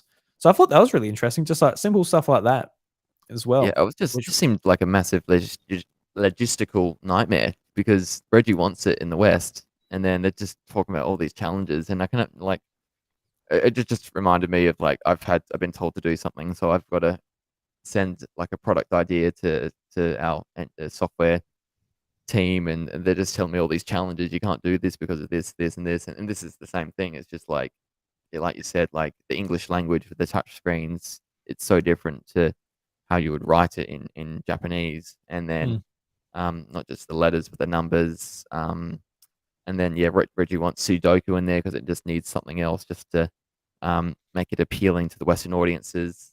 And Wada doesn't like that idea because Kawashima's like this is all of his games that he's signed off on, and there's no Sudoku in what he has talked about, and so um, just a massive effort to localize it to get to a Western release, and it does happen in the end in Kawashima's happy with the Sudoku. Loves the idea of it being in there. Um, but yeah, it was just the typical kind of, it just seemed like Nintendo of Japan were just doing their own thing, and it just didn't seem like there was ever any thought from them to see if it would work in the Western, in America and Europe. Um, that was the other thing. They had to localize it for all the languages in Europe as well, and that's Oh, another 10 other languages there. So um, it just yeah, crazy kind of like it helped me get a bit more appreciation of it's especially with touch controls and that kind of recognition of what you're actually typing or writing with a stylus. There's a lot to it sometimes, even for probably deem brain training a simple game, but in the grand scheme of things, it wasn't in the end. But seemed like it was well worth the investment there to get the DS, yeah, out there. And you're right, it was before mobile gaming, and you can kind of think about it now, and it's such yeah, it was mobile gaming before mobile gaming was a thing. The fact that older people, mums and dads, were just picking up the DSs and playing it, treating it not like a handheld gaming console. It was more sort of like a I don't know, like you would think of a Kindle now, just a device they had hmm. to play games. And so, um, interesting how they talked about it wasn't the parents pushing to buy a console; it was the kids annoyed Yeah. that the parents were borrowing their DSs too much to play a bit of brain training. And so, it's Reggie was talking about how the kids were pushing, no, you got to buy your own console. But I've had enough of this. You got to let me play my games and lead me to it. So, um, I look at my family. My parents aren't gamers, but we had multiple DSs. But my partner's parents, they had a DS and they were playing it, and so it's just a whole. Oh, cool. You look per household, how many, 4 or 5 per household on average between us. It's pretty crazy, and that's how Yeah, they definitely. sold so many. I don't have too much experience with brain training. I ended up picking up the sequel, which was just called More Brain Training. So I never actually played it a whole lot, but I had a fair bit of experience with a few of the touch generation games, which they dubbed, I guess, the casual games you might expect, like your parents and all that type of crowd to get into. I was a big fan of Nintendogs. They talked about how Mm. Nintendogs was a big sort of, I guess, moment for the DS, proving why you need it, utilizing its features with the touchscreen, the microphone, all that type of thing. I love Nintendogs. I took my dogs for walks every day, got money, upgraded like your living room and your living area. I remember the most expensive living area was just called space, and it was just like you're basically in space, or you got this interactive Oh, and wallpaper. space. Okay. Yeah, it was really awesome. And Yeah, nice. unlocking the Jack Russell. The Jack Russell was the hardest dog to unlock in the game. I think you needed like a certain amount of walking experience or kilometers walked or something. And Okay. eventually you just randomly pick it up. And I shared that Jack Russell care book with all my mates. We all unlocked Jack Russells and we just all had all these Jack Russells going for walks with one another. It's good times. Yeah, Did nice. did we still interact with our real dogs? Yes, we did. Of course we did. Good. Good. Don't worry about that. Yeah, I never picked it up. I never touched it. I don't. I didn't really have a very sort of. It was more sort of traditional DS titles to me. It was yeah the Mario Karts, the Super Mario Bros, the Pokemons, Mhm. bit of Mario and Luigi. But yeah, that was the main stuff really. None of the um brain trainings or Nintendogs and cats. Yeah, none of that more casual stuff. So Professor I never Layton maybe to a degree. I don't know. Oh, Yeah. yeah, that was one of them too. Mm. Yeah, I never But got no, into it was Professor just yeah. Layton, a bit too puzzly for me. I just like patting dogs. Nothing wrong with that. And they brought a cats one, didn't they? Nintendogs and cats. Yeah, that was the 3DS one. It was a launch Ah, okay. title. I never played it. Yes. I pat my dogs. You know, I didn't need to pat my dogs in You 3D. didn't need to pay $60 to do what you're doing for already. Mm, Yeah, yeah. not It's fair. interesting too. Like on the 3DS, it's one of those things too when the screen you interact with isn't the one where all the content shows up on. That was one of the problems with the Oh, 3DS because like your dog is on the 3D screen to utilize the 3D, but yeah, you're padding on the bottom screen. yeah, There's a that's bit of a disconnect there, which yeah. was a I think it's something they thought about, but I don't think they actually worried about too much, even though they The might have 3D was more probably should have. important because I wanted to showcase that than Mm. the aesthetic. look and feel of it. So Yeah. yeah, So, I think that brings us to the end of that era. Let's move into a just juicy before era. you do, Oh, yes, the please. Game Boy Micro, I loved his thoughts Oh, on it. yes. Yeah. I loved his thoughts, how he hated it. Just came Mm. out really late into the DS's run, and then Nintendo's like, here's this teeny tiny Game Boy Advance, and um, really small, hard to see. My notes here, he says it ran counter to current electronic trends, and it was a distraction for us in the market. So, Yeah. um, Because it came yeah, out did it come out in 2005? The Game 05, Boy I Mi think. Yeah, so Yeah. at least a year into the DS's run, and so, Mm. um, It is an interesting product yeah, because even me as a kid, you're sort of thinking like the DS came out, and they're bringing out another Game Boy Advance, which is mm, just smaller. Because yeah, the Game Boy Advance PSP, not PSP, SP, SP. SP. It's what it felt Like, like. yeah, it's just an Yeah, awesome device, but bringing out a yeah. smaller one, I never really got the idea of it. I know some people might enjoy it because it's really pocketable or something like that, but Yeah, my brother got one, but he had an SP before, and so I didn't understand why he got it because I had the original DS, and so I could play both DS and hmm, GBA games on that. I was fine. I didn't have a GBA technically because I just had the Game Boy Color and skipped straight to the DS for me because I could play both. But hmm, he's got that somewhere, and I want to make sure he still has it because they're worth a lot. They're like a arm and a leg on hmm. online. Those micros, very rare. So it seems like Reggie thought the same. Most of us thought just like, what's the point of this? No, well, I'm not going to buy Yeah, it. it's I look at like the support that the 3DS got 2+ years into the Switch's life. People are complaining. Samus Returns comes to the Mm. 3DS, and people are like, oh, why isn't it on the Switch? Similar concept here, I suppose. Yeah. When did the 2DS XL new 2DS Oh, XL come out? That was the last one, wasn't it? yeah. Was that into the Switch's run? I can't remember now, Yeah, I but can't quite remember it. might have been a It, similar sort I of think it might have just can't quite remember, but yeah, yeah. Because I think with Nintendo as well, they weren't all that confident that the DS was going to be the true successor to the Game Boy Advance, so they're running it as like yeah, the the fourth pillar. third. Yeah. Yeah, like yeah, I guess the third pillar Mm, at the time, and I guess the Game Boy Micro was still those plans, just I guess eking over to what they were doing with the DS. But it's like mm, doesn't really make that much sense now. The DS is taken off, and they don't need the Game Boy Advance, and the Game Boy Advance yeah, has a nice short life, and that's it is it. what it is. Yeah. Mm. The Um, new Nintendo DS XL, oh, that's such a mouthful. Came out about 4 months after the Switch launch, it July did it? Yeah, 2017. okay. So June for us in Australia, actually. Because So I picked up a new 2DS XL uh, a while later. I got I got two on sale. They were both Pokemon ones. Like okay, nice. the Pokeball design with like the pressable button on the Yeah, I top, know that one. and the Pikachu one with like the raised Yeah, cheeks and eyes. they're really good. Um, I saw them on Amazon for like $150 each. I'm like, looks like I'm getting some new 2DS Decent. Yeah. XLs, boys.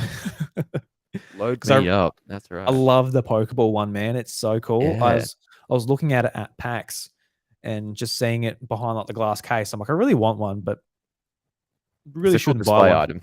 Yeah. Yeah. Well, I actually use it. I hacked it and I put it in a Yeah. grip, so I get a fair bit of use out of it, Mm. Yeah, apart from just nice. pressing that button on top. But let's go to Mm. the Wii U era of the book, and I got to admit, Josh, this let me down a little bit. I wanted to hear a little bit more about it. I'm the same with you. I was gonna make that point. Because Yeah. we got so much detail Mm. about the Wii, the Yeah. DS, Yeah. like some of the, well, I guess Reggie's most successful products and products that defined his career. But when it comes to just like such a failure, it's just like, yeah, well, it didn't find all that much traction in the marketplace, and it's blah blah blah.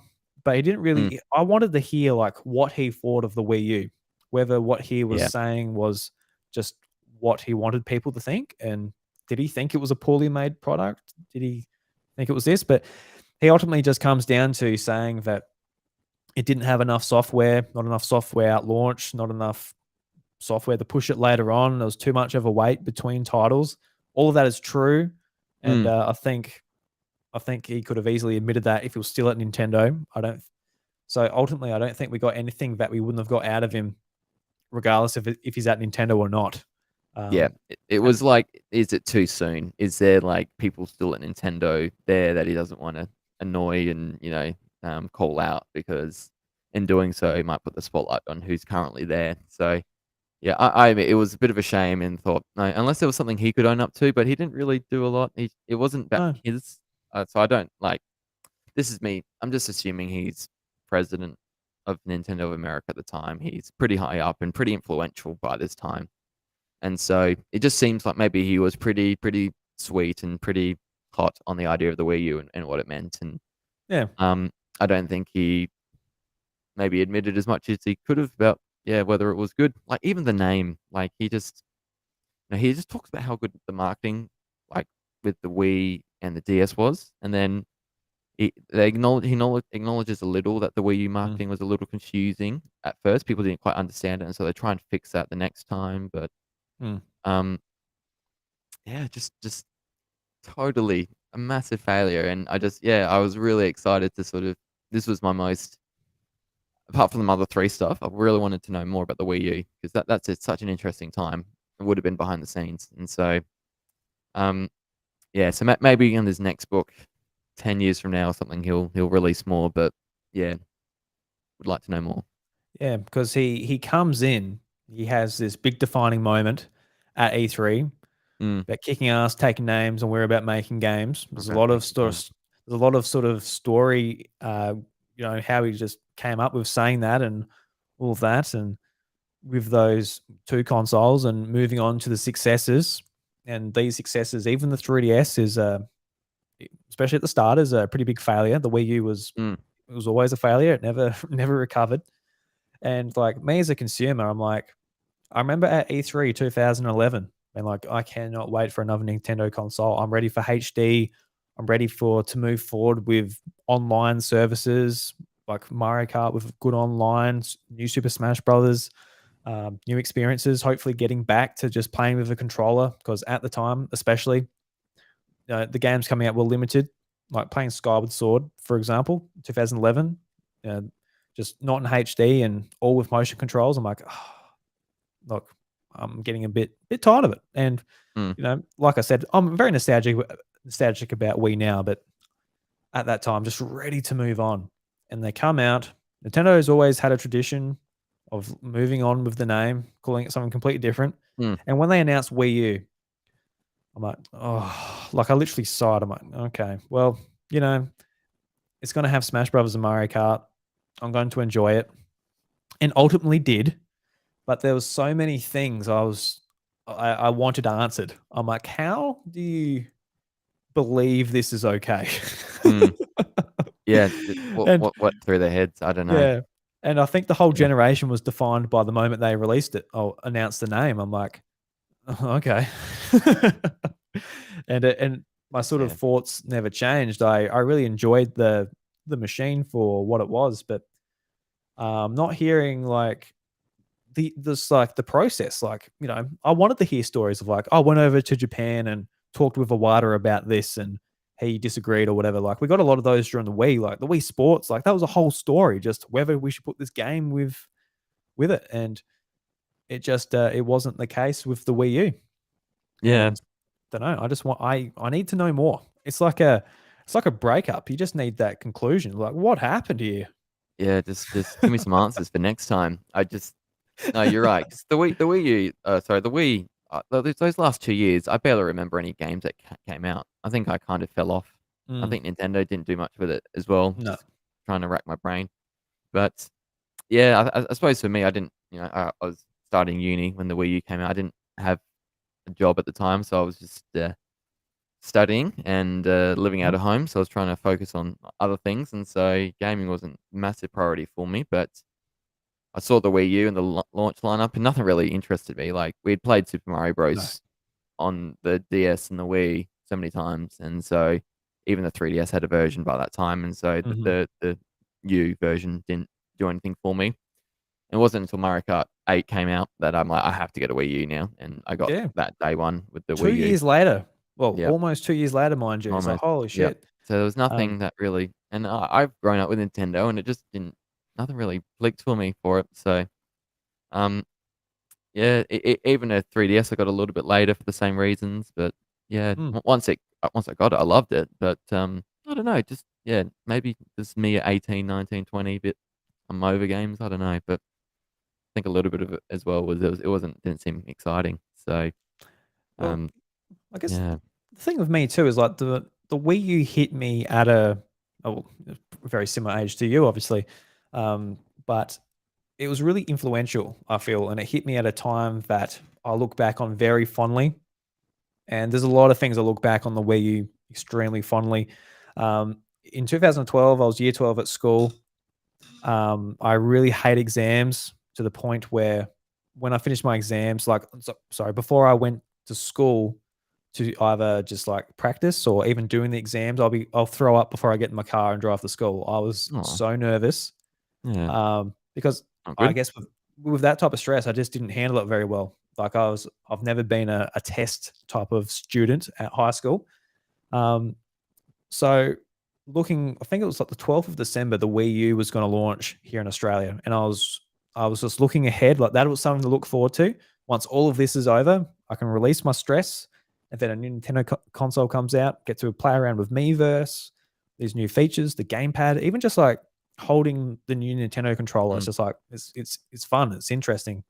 When I went and picked up the Wii U, the first thing I got, I just unboxed it, got out the Wii U. I'm like, this thing is pretty cool, and mm, you know, it kind of was. Um, but just being out of school, participating in their really fun E3 events, multiplayer on the Wii U was, you know, it was my go-to console as far as Mario Kart and Smash Brothers went. Always playing mm. on them. So I love the Wii U, but I also hate it. It's a really interesting. Love hate. Yeah. Yeah. So I think I just wanted a bit more of a story on it. And we ultimately got a lot of stories about the DS. We got a lot of sort of discussions. Actually, one story I do remember about the Wii U is that they got rid of the white edition in the States. I'm Mm. not sure if they did here. Um, I but remember they it disappearing pretty quickly, I think, and it was just the one yeah, offering, I believe, yeah, because for the same everyone who reasons. hmm, Yeah, everyone wanted e- the black one. yeah, everyone who's Yeah, buying a Wii U is like, I'm a Nintendo fan. I would like a bit more storage. 32 gigabytes. How 32 generous. compared to 8. Yeah. Jesus Christ. What the PlayStation Yeah. 3 launched with like 60 gigabytes? Jesus Christ, back in 2006? Like it was Yeah, no, it's just completely different. Yeah. um, but yeah, that was interesting and how they had to resort to just different bundles. Mm. Uh, just like we did, I can't Price remember if we up got as the well. yeah, I can't remember if we got the Zelda um Wii U here with like all the Wind Waker sort of stuff around it. But in the States they did. They got Yeah, new Super Mario Bros. Luigi, the like a DLC that bundle with the Wii U. yeah, with the Wii Okay. U. Yeah, Yeah. they I got a few remember things there.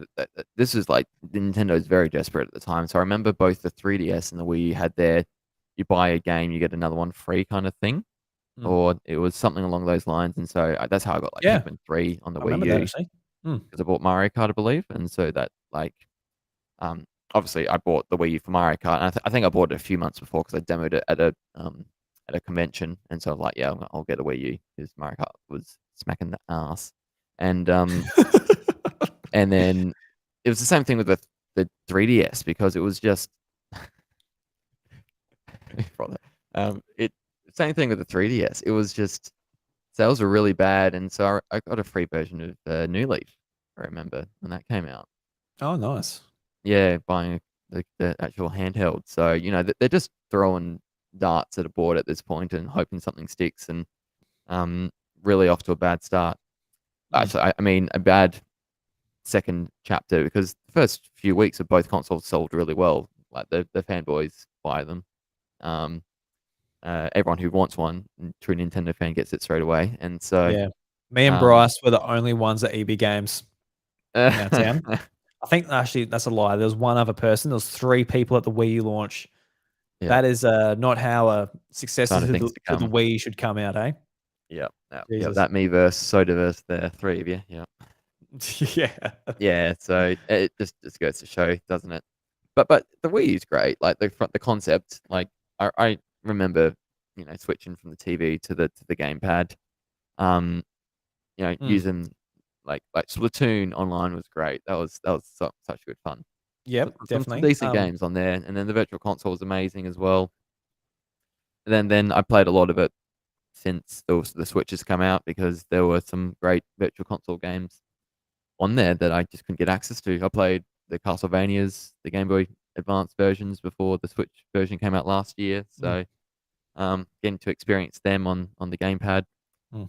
and Metroid Fusion and Zero Mission. Like this is like if you're a Nintendo fan, like these Virtual Console offerings, that's where you go. That's how you can play these games legally. And so, um, yeah, just it's funny because at the time I don't think it got the love and appreciation. Definitely not from me. But now in the last few years, I've changed my tune on it a bit. So as You're tragic getting as it getting is, those nostalgia goggles going. That's what's yeah, going that's on. it. Yeah, Yeah, well, that's the thing. Like a lot of people are getting nostalgia goggles. I'm like, guys, this mm. it was it was not fun back then. Just being like, all right, Pikmin 3 comes out in 3 months. Like that's But it.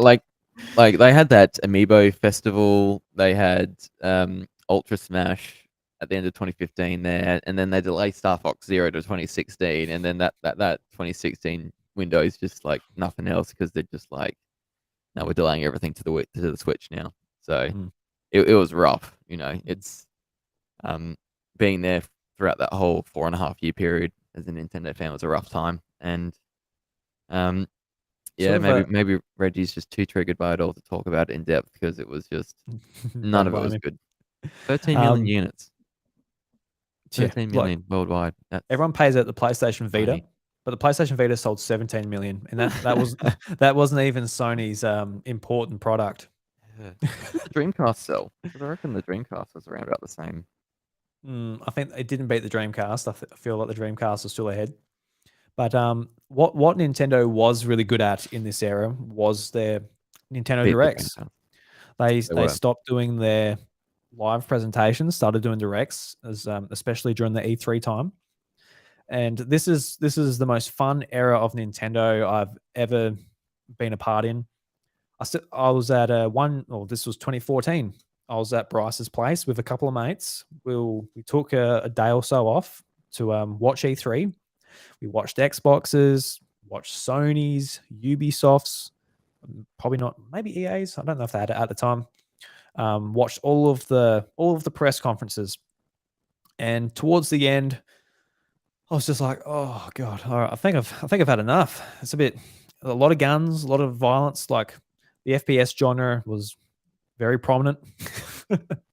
There wasn't many other games being shown at E3. Like Yep.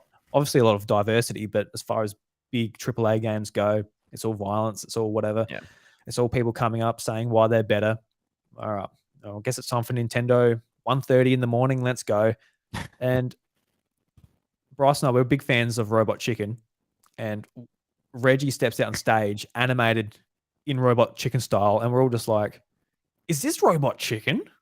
And it was, Is and this real? just Yeah. yeah, and just like the inside jokes, for like Nintendo culture within their games, within the media, like it's all just included. You can tell Nintendo fans made this, and it turns out as well that Jeff Keighley was actually involved in this, Yeah, it was. these Yeah. these presentations, and the Muppets won the following year. But 2014, man, just like how it celebrated their culture, how they pushed forward with announcements and showing off stuff like Smash Brothers announcing Splatoon. A lot of this, it was really really exciting to be a Nintendo fan that year, even though Nintendo was down and out. That was the year they could have potentially turned it around, but there still wasn't enough to push a $430 console with not enough support and nowhere near enough third party support. But it was a fantastic time to be a fan. It really was. It was a lot more fun to Mm. be a fan in 2014 than it is in 2022. Even though there are so many more awesome games coming out this year than there were in 2014, and that's kind of sucks to say, but it just shows that when a company is successful, they really aren't on their back legs just fighting for their life. and they're certainly not there now. But in some ways, I want to see that Nintendo come back, just like really hungry, really want it, really Yeah. appeal to the people that push their products. Like people are going to find out about the Switch, and they already have. But it's the people on the ground floor, which I guess nerds like us, making Nintendo podcasts. You're at a video game website. You're talking about Mm. your love and your nostalgia for the IP. And I really do wish that comes back eventually. We see that Sony went through the exact same thing only a couple of years later with the success of the PlayStation 4. All their personalities and all that have gone off. Their marketing's dry. It's all of that. But if I've got to clap my hands for Nintendo, it's definitely during the Wii U era, when they're on their back foot. They made some ordinary decisions with development software for the Wii U and the system itself, but I think the marketing team and Nintendo America just really came out and went really well. But Yeah, they're having some fun, and it was, yeah, like you said, some great presentations. That Robot Chicken thing's classic, and then the Mother 3 references, and at that stage, Reggie just gets asked every press conference. There's always a question from Mother 3. It's this actual way of him having a joke about it and saying "f you" back to him, and I'm going to get this fire flower and just burn you up. Here you go. Here's your answer. And so, yeah, I just saw some really fun and creative directs that we just don't get these days. And I think the last funny thing we had in direct was when Doug Bowser was introduced, and then the whole Bowser confusion because the other Bowser's there. So, yeah, you had Iwata, you had Reggie, you had some really big names, and I think it was really cool they got to do that before Iwata did pass, and some pretty, even the fight between Reggie and Iwata as part of Smash Bros. Dude, yeah, I couldn't that's contain great. myself because That's we classic. ate up every single Smash announcement there was, and we loved the personalities that were at Nintendo, especially Reggie, especially Iwata. And just seeing the opening cinematic of like Reggie just like looking up from the shadows, like, what the Yeah. hell is this? When Iwata does it, when they start fighting, and Yep. it's just like the introduction. They knew their audience like so well. Like it was unreal.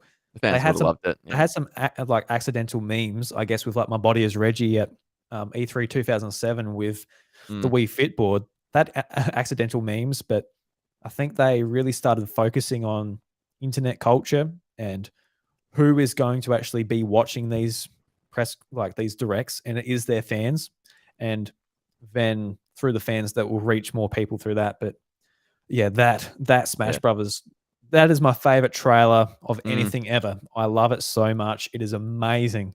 Bryce, I was on the ground. I couldn't breathe, and that was during a friggin' video game marketing hour. Just like here's our games. Enjoy, buy them, please. Yeah, Especially now.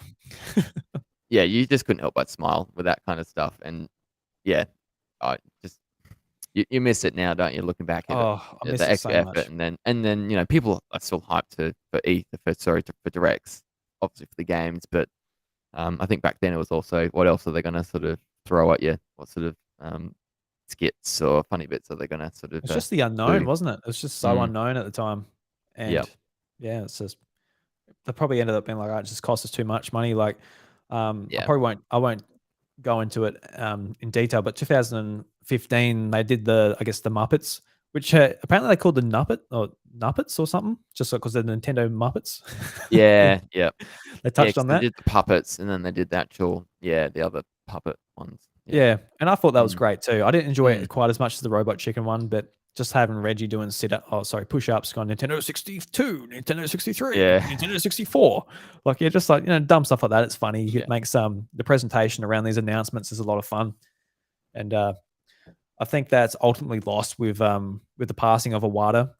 I think that was really hard for me just reading that news. I'm sure it was for yourself and a lot of other Nintendo fans, but just a very special man, and you can just tell he was a very big bit of the secret sauce at Nintendo. And while he might have made some decisions that were a bit baffling, like ultimately being like, "Oh, look, no Wii Sports here," and the Wii U in general, and there's a few decisions which I'm sure he could have improved on, but a lot of respect for that man, certainly. Yeah, Yeah, I remember that finding out and being really shocked, because I don't think it was public that he was sick or that something was happening to him. I don't know. I don't think I was aware of that anyway, if there was. But yeah, just this real big sort of shock, and he'd been there for in the president role for over 10 years at that point, I believe. Early 2000s, he had been appointed. He deemed himself an 2002, out. I think. Yeah. Yeah, so 13 years. So he deemed himself an outsider when he joined, and um, yeah, did well. Yeah, I think he came from Howell, didn't he? He came Yep. from just outside, so close, but yeah. So him and Reggie started at very similar times in the company, and sort of worked together, and like you said, argue on a lot of things, but make a lot of sort of common ground. And he seemed like you could reason with the water, and he would see the business side to it, whereas Miyamoto would see the non business side coming from the developer angle. Um, but yeah, was one thing they couldn't agree on was the 3DS price, Yeah. and So then Reggie called that his biggest failure. Well, at Nintendo of America, the pricing, not getting it mm, to the 199. I don't blame him either. It cost him a Yeah, lot, and this yeah. was I guess another decision which Reggie sort of framed in the way that I'm right. Put his foot down. and, Yep, my way, and the and highway. yeah, and he was, because ultimately he went to Nintendo Japan, talked to Iwata and the leadership team, being like, this needs to be 199 in the US. It's not going to fare that well at 249. And there Yep. was a little bit of back and forth, and ultimately Iwata came back and said, Reggie, this needs to be a minimum of was it 219 US dollars or something like 219 that? or 229 he put offers on. Yeah. Yeah, and that wouldn't work just because it either needs to be 199 or 149. So they ultimately opted for 149. And if you were a Nintendo 249. fan, yeah, sorry, that would be a great price. Yeah. 249, thanks, Just wait mate. a few months and it came that down that Yeah. far, nearly. But yeah, if you're a big Nintendo fan, you remember that the 3DS, it came out for 350 here in Australia. It was a big jump from the Big DS at jump. $200 when it came out. Yeah. You can put that to inflation. You can put it to just Nintendo having a 3D screen. You can put it to We always pay more here in Australia Nintendo anyway, wanting, don't yeah, we? and of course the Australia tax as well. Yes. But it didn't take long to get a price cut. I forgot. Did it go down to? It went 179, I think it was.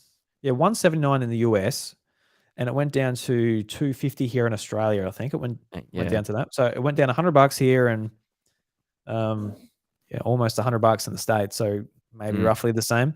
But yeah. yeah, it went down to even less than what Awada and the team wanted in the first place. So Yeah, they if they just listened to Reggie and stuck with $200, would that have helped, or would it have still been too much and it needed to drop even lower? yeah, I think that sub 200 was a good price point. And yeah, pretty important from a marketing point of view. I get that. Mm. Interesting here in Australia though, because we don't get that, and so it's always what the Wii U launched at 429, so that's not like Yeah. sub 400, sub 450, and then Mm. the Switch is 469. Yeah, I was And thinking that so too. We got we get some these unusual weird prices here. prices. Yeah, Mm. so, Yeah, so because it's just the US price exchanged to Australian dollars plus a bit more, just in case. And so just in case, like, look, oh, it might be a rainy day. We could get a bit more cash from the Australians. that's right, all the way down there. Got to send it down there, all that extra cost. So just Oh, God. make us pay for it. Damn. Yeah, so I thought this was interesting because unlike the Wii U, we actually do get a look at I guess, a critical error within the 3DS. Mm, And the 3DS went on to be a good little money generator for them. It didn't even reach the PSP. It went to, was it 80 so million units sold, I yeah, I believe, think in the off the 80s. top, Yeah. yeah, top of my head. So I think it was Mm, still a little bit less than the PSP, and pretty much half of what the DS achieved, but still pretty popular in its own right. And they did turn it around. Just the mm, lack of games at launch, the price, all of that. And they introduced the ambassadors program, which if you had a 3DS before the price cut, you got access to an ambassadors certificate, which you had on your home menu, and 10 NES games and 10 Game Boy Advance games, which was cool. Myself as a kid, a consumer, I was really happy with this. Mm, I didn't care that I paid an extra $100 for this goddamn device. I was, I and ate it free up. games. Yeah. I ate it up. I'm like, fantastic. Thank you What very you much. get? Which ones? Well, you got given the same 20 Oh, games. it was the Everyone same. got Sorry. them. Yeah. Yeah. Yeah. But what really baffled me about this decision, it was a great decision. I'm glad we got some free stuff out of it. Even though really is 10 NES and 10 Game Boy Advance games equal to $100? Nintendo might think so, but maybe not. But there's a working Game Boy Advance emulator on the 3DS, and we just assumed that Game Boy Advance games would be coming to 3DS, and they never did. It would make sense. They It would make never a lot of did. sense. It baffling, baffling. But then Especially, Nintendo, and then they put it on the Wii U, and then yeah, I just so we mm, got Game Boy Color on the 3DS, and then we mhm, got DS GBA the- on the Wii U with all the mhm. other home consoles. So it's just weird split, wasn't it? Yeah, I'm like DS would make perfect sense. Game Boy Advance would make perfect sense. Like, Yeah. how many games would you have bought on the DS or 3DS Virtual Console, Game Boy Advance games and DS games? Like, it'd be unreal. I Mm, would have, compared to my Game Boy Color games. Like, I got the Pokemon games, like Donkey Kong 64, the Mario games, Zelda. Well, sorry, Link's Awakening, Oracle of Ages, all of mm. that.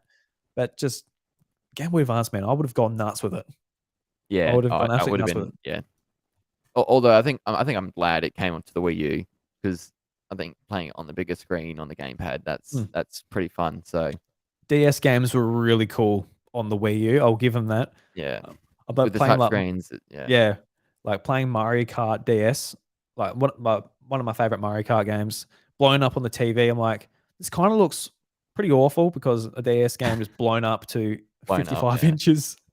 I'm like, but it's still really cool. I love it. yeah. Yeah, I would It's have a loved to weird play the Pokemon experience for games like that. Nintendo to do. Yeah, Mm. Yeah, I mean, why not? They got to release something on the console. that's it. So, so was there anything else on the 3DS side of things? Like, that was the big one which Reggie had to fight for.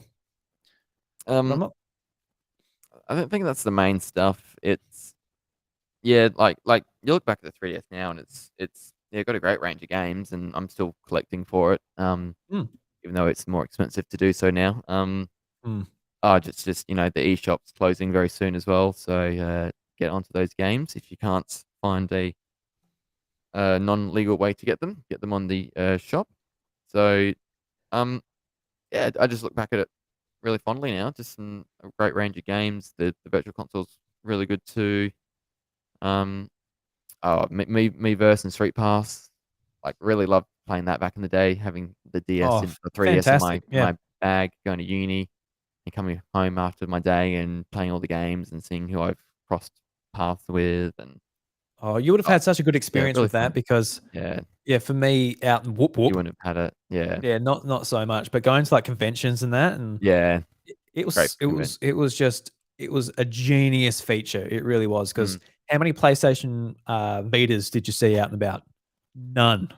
I How thought you many were going to say 3DS? PlayStation 3s or something. People with a massive bag, just Yeah, someone's got their PlayStation console 3 out. poking out.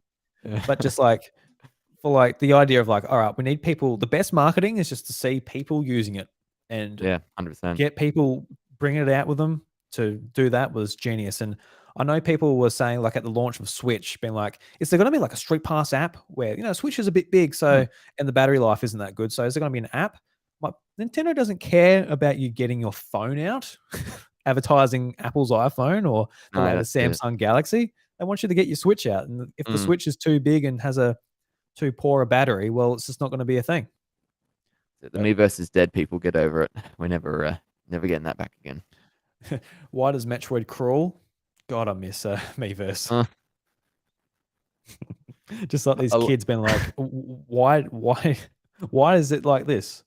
And then the 40-year-olds can be like, yes, this is why Metroid crawls or doesn't crawl or prefers to crawl or does forward flips when she jumps. yep, uh, that's funny. It's I I see the occasional funny tweet on Twitter about people posting in the Miiverse the weird and wacky kind of comments. So I do miss the social aspect of the Miiverse as weird and probably zany as it was. Yeah, But I, yeah, I want to know Nintendo how now don't many. focus on that stuff. No, I want to know how many resources Nintendo had to put towards Miiverse just for moderation. It would Mm, have been nuts. yeah, Like just the penis detecting software would have been that would have had to been off the charts. that was Just someone's job. That's how we could have started yeah, in Nintendo. We could have been the penis checkers. We could have stopped that and the worked our penis way up. checkers. Hey man, you can have that title if you want. You can be the penis checker at Nintendo How Australia. much I'm good. Yeah, true, true. Yeah, Fun I can enough. imagine just like going through a list. You're like decline, decline, decline. All these like crude, pretty poorly drawn penises. Then the one comes up who's been using the Art Academy app, where you can actually use the colors. Like it's basically a game you could buy and post directly to Miiverse, Yep, where you could use all the colors and all the yep, software that game utilized. Yeah, and someone's dick just comes in, just shaded perfectly. Just yeah. see like the perfectly formed, just folds along it and The everything. You're like, veins looks it's like a like, oh, Snickers bar. Tick done. they're Come probably through. thinking, oh, it's a real shame to ban this, but it has to be done. Otherwise, we'll get fired. The Wii U's legacy. So yeah, Yep. I absolutely love the 3DS, man. I think it was fantastic, and I'm Mm, glad that they did turn it around. This was a system I was looking forward to so much, and um, a big one of the most prominent, oh, Nintendo's most prominent system during the Fun Direct era, which was awesome. A lot of Reggie memes come from this. It's like I'm Reggie. This is me. I'm just playing some Animal Crossing New Horizons on my Nintendo 3DS. And it's something so basic, but it just sounds so stupid at the same time. It's like, hi, I'm Reggie Fils-Aime from Nintendo of America, and I'm playing Animal Crossing New Horizons on my Nintendo 3DS. that's pretty good. You've done a good job there. That's you practiced that before, Drew. I reckon you've Yeah, I'm standing up. I'm yeah. pretending I'm like an E3 presenter. Like, hello. It's making me think he's not really on the show every week. That you do the voice yourself. Maybe there's some truth there somewhere. Maybe. Okay. Mm. Yeah. But yeah, a fan favorite, the Wii U. That I think gets a bit more love now, even though it didn't get any when it was the thing, the main one. Mm. No, definitely. All right. So where does the book go on from here? Can't quite remember, but So there's talk, still touching a talk a lot. bit Obviously, about it. the Switch Mm, and like his time at Nintendo for Nintendo Switch was limited. He retired in 2019, but Iwata still had a lot of influence on what the Switch was going to be. mm, Uh, he had the idea for the Joy Cons. He wanted the Wii U to take the evolution to become the gamepad only and utilize a lot of those features people enjoyed with the Wii U, which is playing it away from their console and not be limited by walls and just the range itself. yeah, So I thought that was interesting, and he yeah, he didn't have a lot to say about the Switch necessarily because his time was limited, but I think he was just happy that he had a had a successful launch after probably 4 years of being pretty difficult. Like every yeah. press interview, every launch, like really trying to figure out how to market and get this thing going. Yeah, it would have been tough. So I could have They're trying to sell it, and then he breath of realizes fresh he's air. on a winner, and then just yeah, time to leave. Time to leave on Mm, that high. Time to know that yeah, the company's in a better spot now than yeah. when I started. Yeah. And we mentioned at the start, like Awada's passing was a big reason why what he mentioned why he decided to retire. He had a lot of things he wanted to do. Obviously, writing a book about his life was a part of that, which was I'm really glad that happened. And Mm, I don't know. Sometimes I think like when he first announced his retirement, I was like, no, Reggie. Oh, mm, it would have been great to have him around a bit longer. But I think now without the shackles of Nintendo, he's able to like do things like this book, do speeches, all of that, even do podcasting and stuff like that with his charity mm. work, which is really awesome. So I That's think it. it's He's not really gone, is he? He's just no, a bit yeah, more candidly about things, and mm, I think it's still a loss for Nintendo not to have him. But definitely. Yeah. And like, I still remember being, shattered when he announced his retirement. I thought, "Oh, just seemed too soon," like, just when the Switch is up and running again, you decide to leave. So, it was good to sort of understand a bit more with the context after with Awarda's passing, that was a bit of a catalyst for him to reevaluate things and lead yeah, into that. I Mm. don't blame him. Obviously, Yeah. at this point, surely money's not an object, and he's had some great successes at his time at Yeah. Nintendo, and 15 years as well. yeah, like he's Long just time. it's time to move on and enjoy life, which I don't blame him whatsoever. But Yeah. um, let's talk a little bit about, I guess, him handing the reins over to Doug Bowser, and they didn't really mention like much about this process. Doug Bowser comes from the same role Reggie originally had from what's it called, the head of not the head of marketing, but essentially that was his title. Executive sales and marketing, something like that. Yeah, Vice so president, comes something like that. from the same background, the same way into the company. And I remember, I guess as Nintendo fans, were like, oh, I hope this guy's a good like Reggie and whatever. And I think because of COVID and all of that, what happened with V3, we haven't really had the chance, but like get to know him. And he's obviously not. He's come into the company at such a different environment to what Reggie came in. Reggie came in, he wanted to disrupt things. Things weren't working. He wanted to change it, shake things up, get it going. But Doug Mm. Bowser, he's come in at a time where Nintendo, they're going well. They've got a product that's kicking ass. They've got great games coming out. A lot of the sort of things that I guess needed ironing out as far as how Nintendo of America worked and I guess worked with Nintendo of Japan. A lot of that's been Mm. ironed out at this point. Yeah. They got the third party support now. They've Mm, made it easier to develop it on a Nintendo system using Unreal Engine, everything like that. So, um, they realize they can't do it all on their own. So they need that third party support. And mm, yeah, you're right. Doug's been there a little. I think, COVID's probably had a big reason for him not being as prominent as Reggie was. And you look at, like these E3s have come with a little disclaimer at the start all the time saying, things may mm, get delayed. And, these people are probably recording these things very last minute in front of a green screen, minimal sort of effort, just get the product out there that we want as part of the presentation. And that's been it. So, yeah, it would be good to know him a bit more over the next couple of years. As I feel this year's the normalizing year. We're kind of getting back to that normal process, and I'd love to see them showcase himself a bit more, but also Nintendo having a bit more personality. yeah, definitely. Yeah.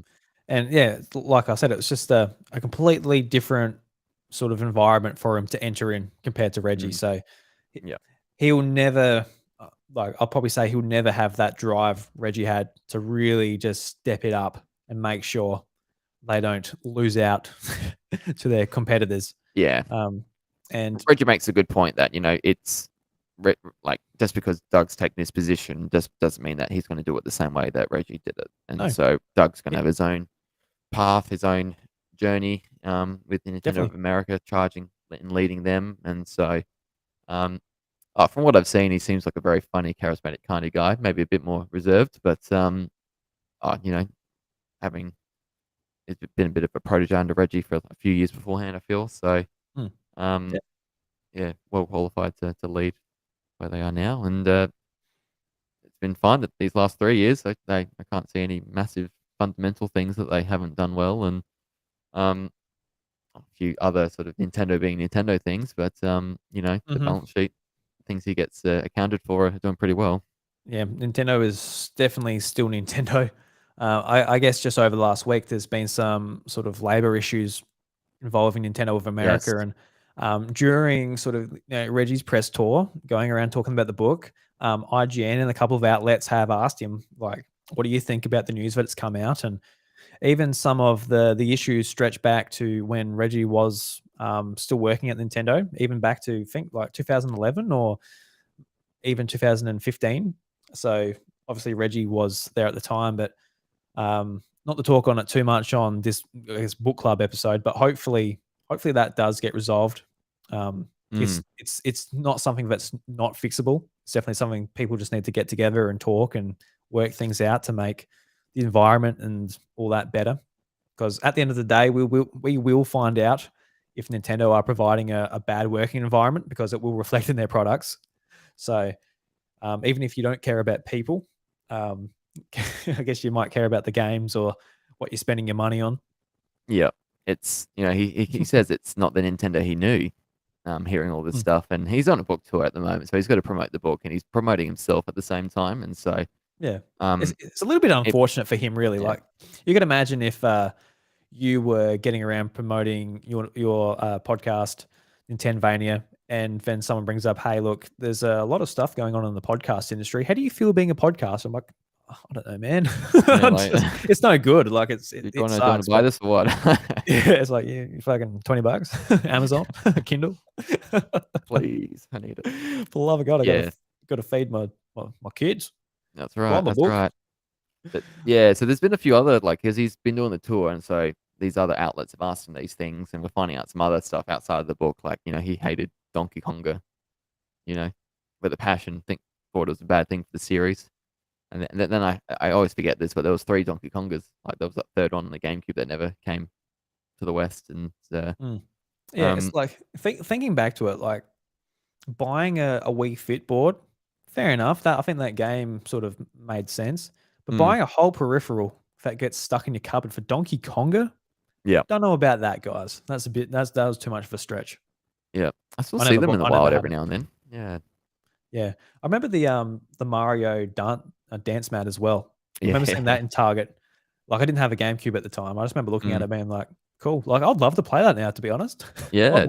Because And Namco made that, I think. yeah, It was like like that Dance was Dance late in the Revo GameCube's life as well. um, I was at one of the big arcades in the Gold Coast, and I was playing Dance Dance Revolution, and God, it's fun.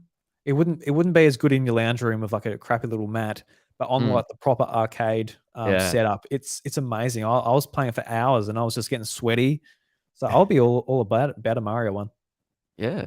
Oh, but I mean, like that's what I love about the Switch at the moment is like they can do these weird games. Like if they Mm, really wanted to, there's so much love and so many people owning a Switch that they can do these weird things again if they wanted to. So, yeah, uh, definitely. I'd pick it up. It'd be fun. Yeah. um, I guess let's touch on I guess his post Nintendo sort of a bit of the book. One that comes to mind for me is GameStop when he joined the board there, and But the then craziest time ever to join the board. That was with the yeah, meme stock. Uh, people, yeah, pushing up the stock and making it more valuable than it has any right to be. But when the news came out that he joined it, I was like, that's. I mean, yeah, he's obviously retired, but he's still passionate about just growing things and seeing where it goes. But ultimately, he looked at it and he left because GameStop they weren't interested in sort of doing anything too interesting, just pushing the same old envelope they've pushed all the time. yeah, yeah.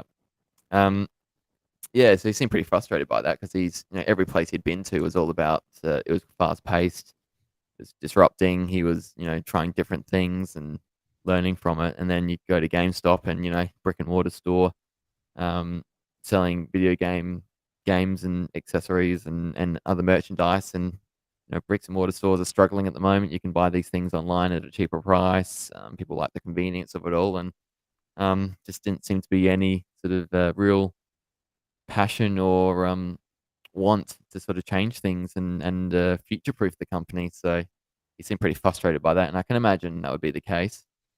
Um, the Well, other skeptic in me is thinking, that I don't know if he got any stock when he became a director of the board, or I don't know, and if he's accountable for performance, how that works, and his stock portfolio is massively increased during the GameStop meme stock fiasco, and then the whole like most of the board leave, don't they? Is that I think that I heard that correctly. So yeah, well, whether he leaves at the good time to cash in as well, I don't know. So yeah, like sure, the people that joined up at the same time left yeah, with Reggie as well. So just goes to show that I think GameStop, especially like here, I feel pretty good about EB Games, even though they're the same thing. Sort of, especially here, rely on them for especially more niche games. But with like downloading and just other retailers, you can see why they'll be struggling, especially with that many options over in Mm, the US and Canada and all of that over there. yeah. They need to shake things up, but at the same time, how they are trying, they're at the selling just random crap and merchandise. And Yeah. what else can you do if your business is about selling games and everything's moving away from that? There's a lot of like they don't. I don't think they make a lot of money on the games. I think the pre-owned stuff they make a bit of money on, but it's like in Australia we've got the Zing kind of thing with these EB games slash GameStop, depending where you're from. But in Australia here it's EB Games, and um, so they make a bit more of their markup with T-shirts and other knickknacks and things like that. Mm. So um, yeah, a bit of a challenging time for them. They did a bit of a cleanup of stores just before COVID as well. There was about a whole bunch of stores across the Mm. country that closed in I Australia remember that. Yeah. Feb 2020, and then next month COVID happened. So they timed it amazingly. Yeah, they That did. was oh man, because they would have just lost so much money with that to begin with, but just closed them down at that time they did. So I remember Yeah. I do remember that news because I was a little bit worried about Mm. our store potentially shutting down because for those that don't know, I live in a small town that doesn't have any video game place remotely near me. So 50 k's over, go there. EB Games, Big W, that's it. If it's not there, it's online, which for me is getting more and more common all the Yeah. time. Pretty much everything in front of me from my microphones and uh, monitor and everything is online now. But I'm gonna say it's a big effort for you to go and get games. yeah, I mean Yeah. that is I why I'm digital on Switch. Like if I want to play it, it's yeah, easy to download, get it there day and straight day. away. So yeah. So that pretty much brings us to the end of the book. But at the end, we get a special sort of interview with Jeff Keighley and Reggie, just having a nice casual conversation. I really appreciated this, having this included. I think it was a nice touch. Just like at the end, you have Reggie talking to you through the audiobook the whole time, which was fantastic. But having it Mm. concluded just with a podcast like conversation was really Yeah. great. And that's where we get like a few more answers on like Mother 3, how we potentially could have got it if Awada was still around. They were sort of Yeah. tooling with the idea of, Mm. they got Earthbound Beginnings, which they released on the Virtual Console on the Wii U, which was the original NES game, which got its first translation to come out in the West. But yeah, that was a big thing for Reggie, sort of talking about his time with all the media journalists always hassling him. Where's Mother 3? And I think Mm. at I think honestly at first it was like, honestly, where is this game? It's the only Japanese Game Boy Advance game that hasn't come out or gotten a release date for the West. So Yeah. where is it? But years later, it's just a meme. Just ask him. Just keeping annoying him, Yeah. which I think is funny. It is funny. He's a good sport with it, which I think people love even more about it. But this gives me a bit of hope because he talks about just it's bad timing, and so what Mother 3 on the GBA in Japan 2006, very late in the Hmm. GBA's life, and if Reggie doesn't like the micro coming out just after the DS comes out, then I don't think Mother 3 is never going to get the light of day for a Western audience that late on the GBA, and so Mm. um, it's so that's a shame. The first time it comes out, and then the second time with beginnings getting localized. That's awesome. That's great. I'm playing that at the moment, and that's such a grind. But I'm having Mhm. some good fun as a mother fan, just getting playing this for the first time. But yeah, so the Wii U doesn't sell well, and so there was a bit of appetite before, and I think he says these sort of localizations sell fairly. So there was a bit of appetite to still do it. But the second shame is that it was on the Wii U, and so it doesn't sell.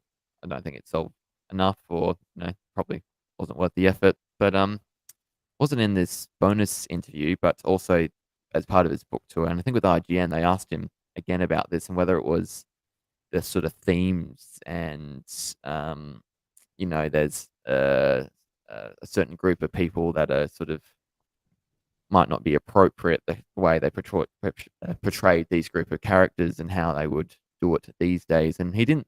The way I read it is that didn't wasn't the issue. It was just the timings of these products coming out that was the reason why, and it was never a priority why Mother 3 never got localized. So it gives me a bit more hope now that we might get it on the Switch. Maybe we've just had 1 Oh, and 2 come out, so I still doubt it, but I feel a bit more hopeful, and so I hate myself for it, and I'm probably going to suffer more for it. But it seems like if they were going to do it, the Switch now is the time just after Earthbound and Beginnings coming to the NSO earlier this year.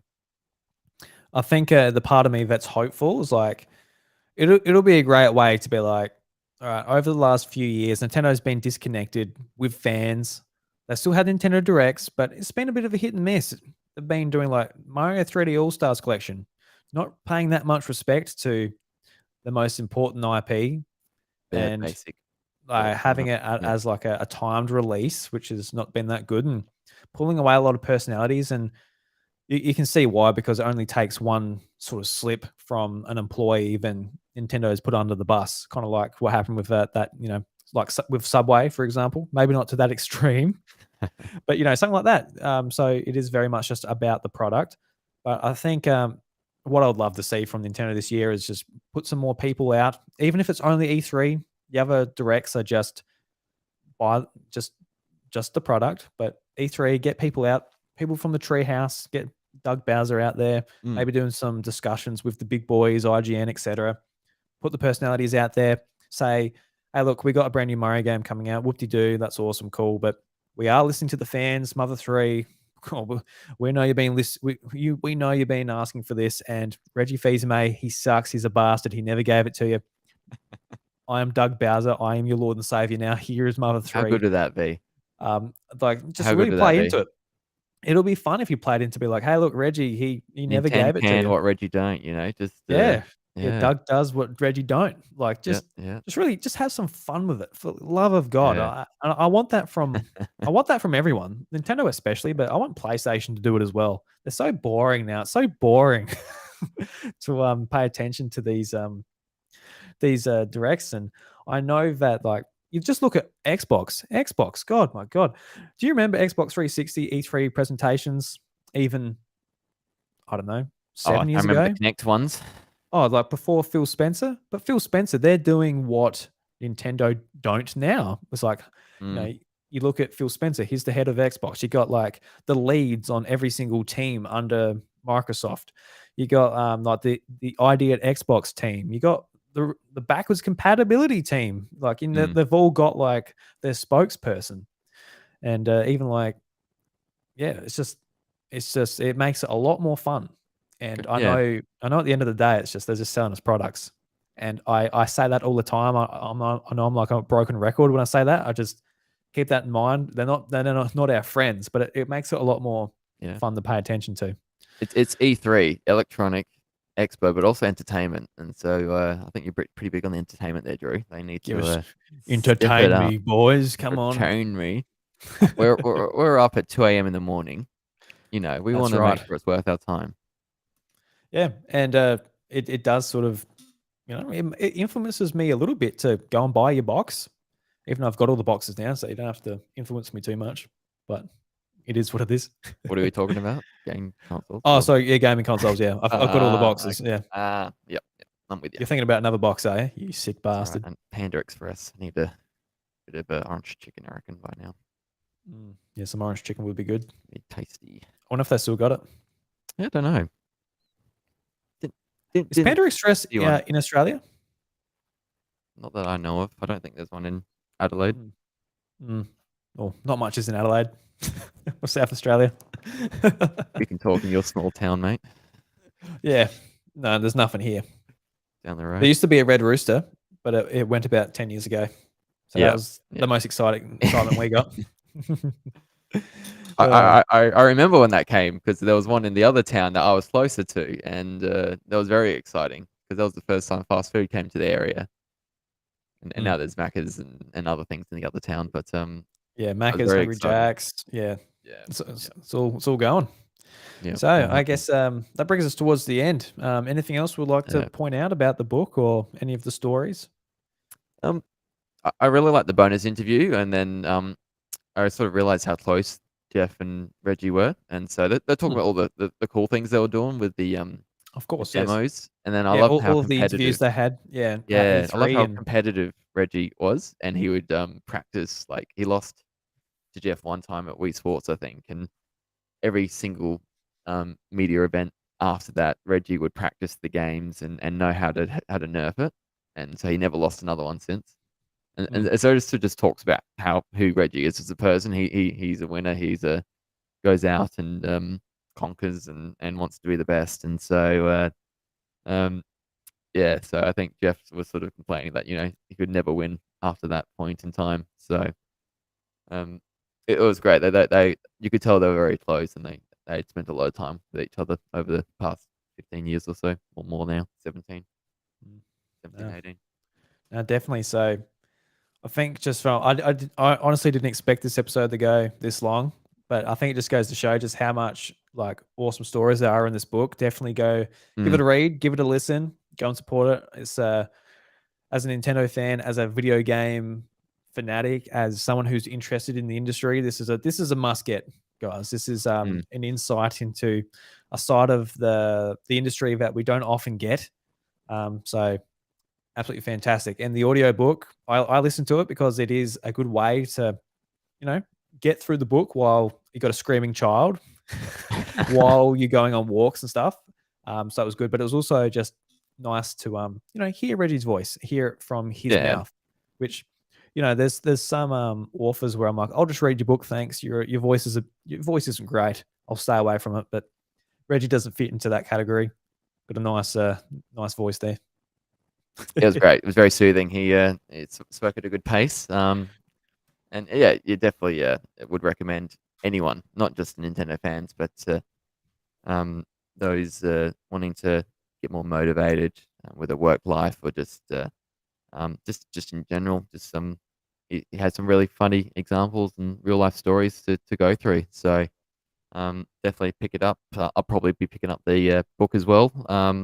Picked up the audio book to get through it quickly, but I reckon like my Ask Water, I'll be getting the Reggie one as well. So I've got to order the Ask Awada book.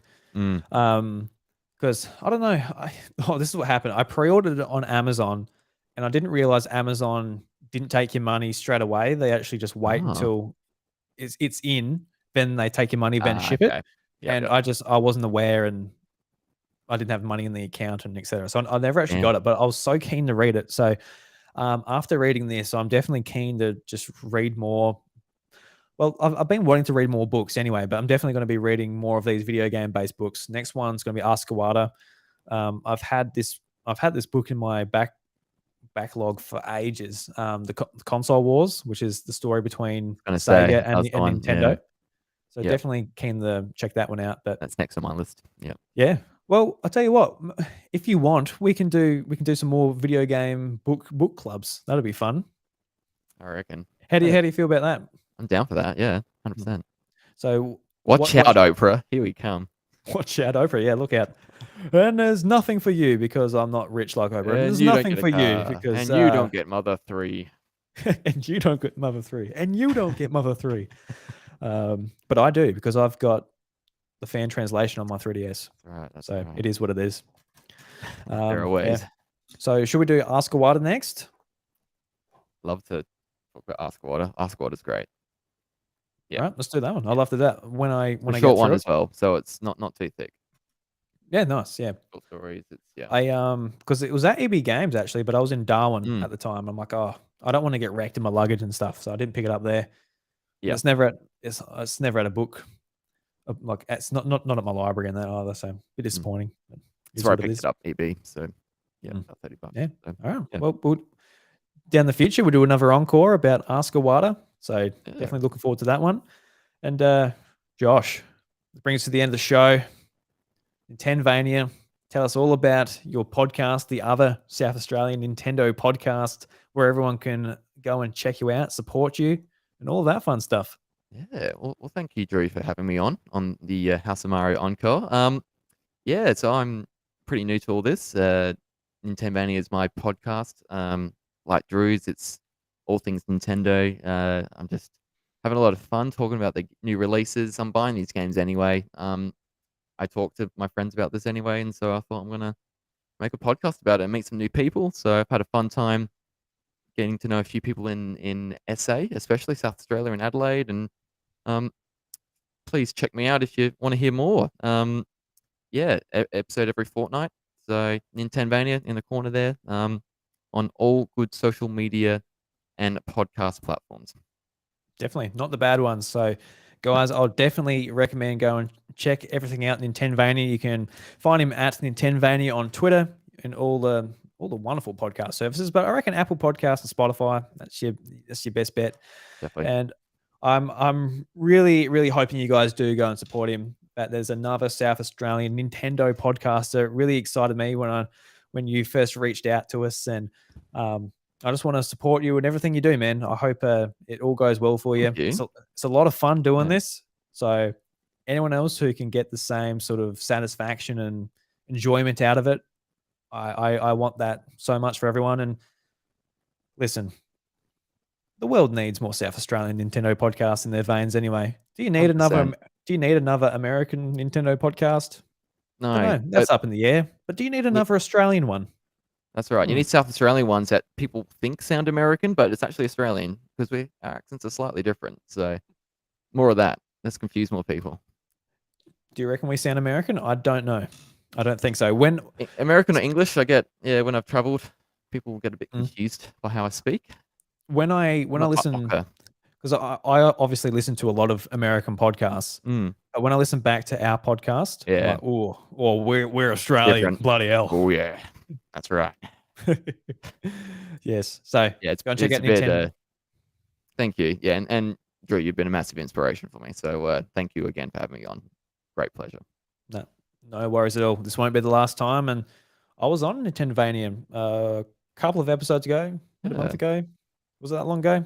Time is distorted for me. I can't remember having a baby. 3 weeks ago now. Just had episode 12 published today. So you were 11. It's about two weeks ago. So had a bit of fun. You got Alex Harding on today. Yes. This episode, yes. Very cool. Good to be. So yeah, I'm meeting everyone in South Australia, Nintendo wise. He's more than you would expect. So it's been fun. So I'm gonna meet everyone one day. We'll be at an AvCon or we'll be at a PAX or something, and it'll be good to sort of bump into everyone finally. You'll know like way more people than I would because I'm just sitting in this room with Bryce and you're there being the social butterfly, and I'm just talking to my oaf of a mate who I love very much.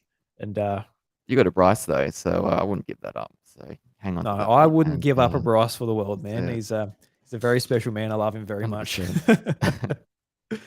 All right, guys. That brings us to the end of this Encore at the House of Mario. Thank you very much for listening.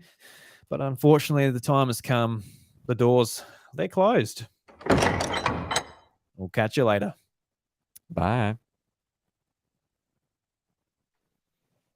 All right. That's an episode in the books. Thank you. Anyone who's checking out the live stream, thank you very much. Or the VOD, but we'll see you later.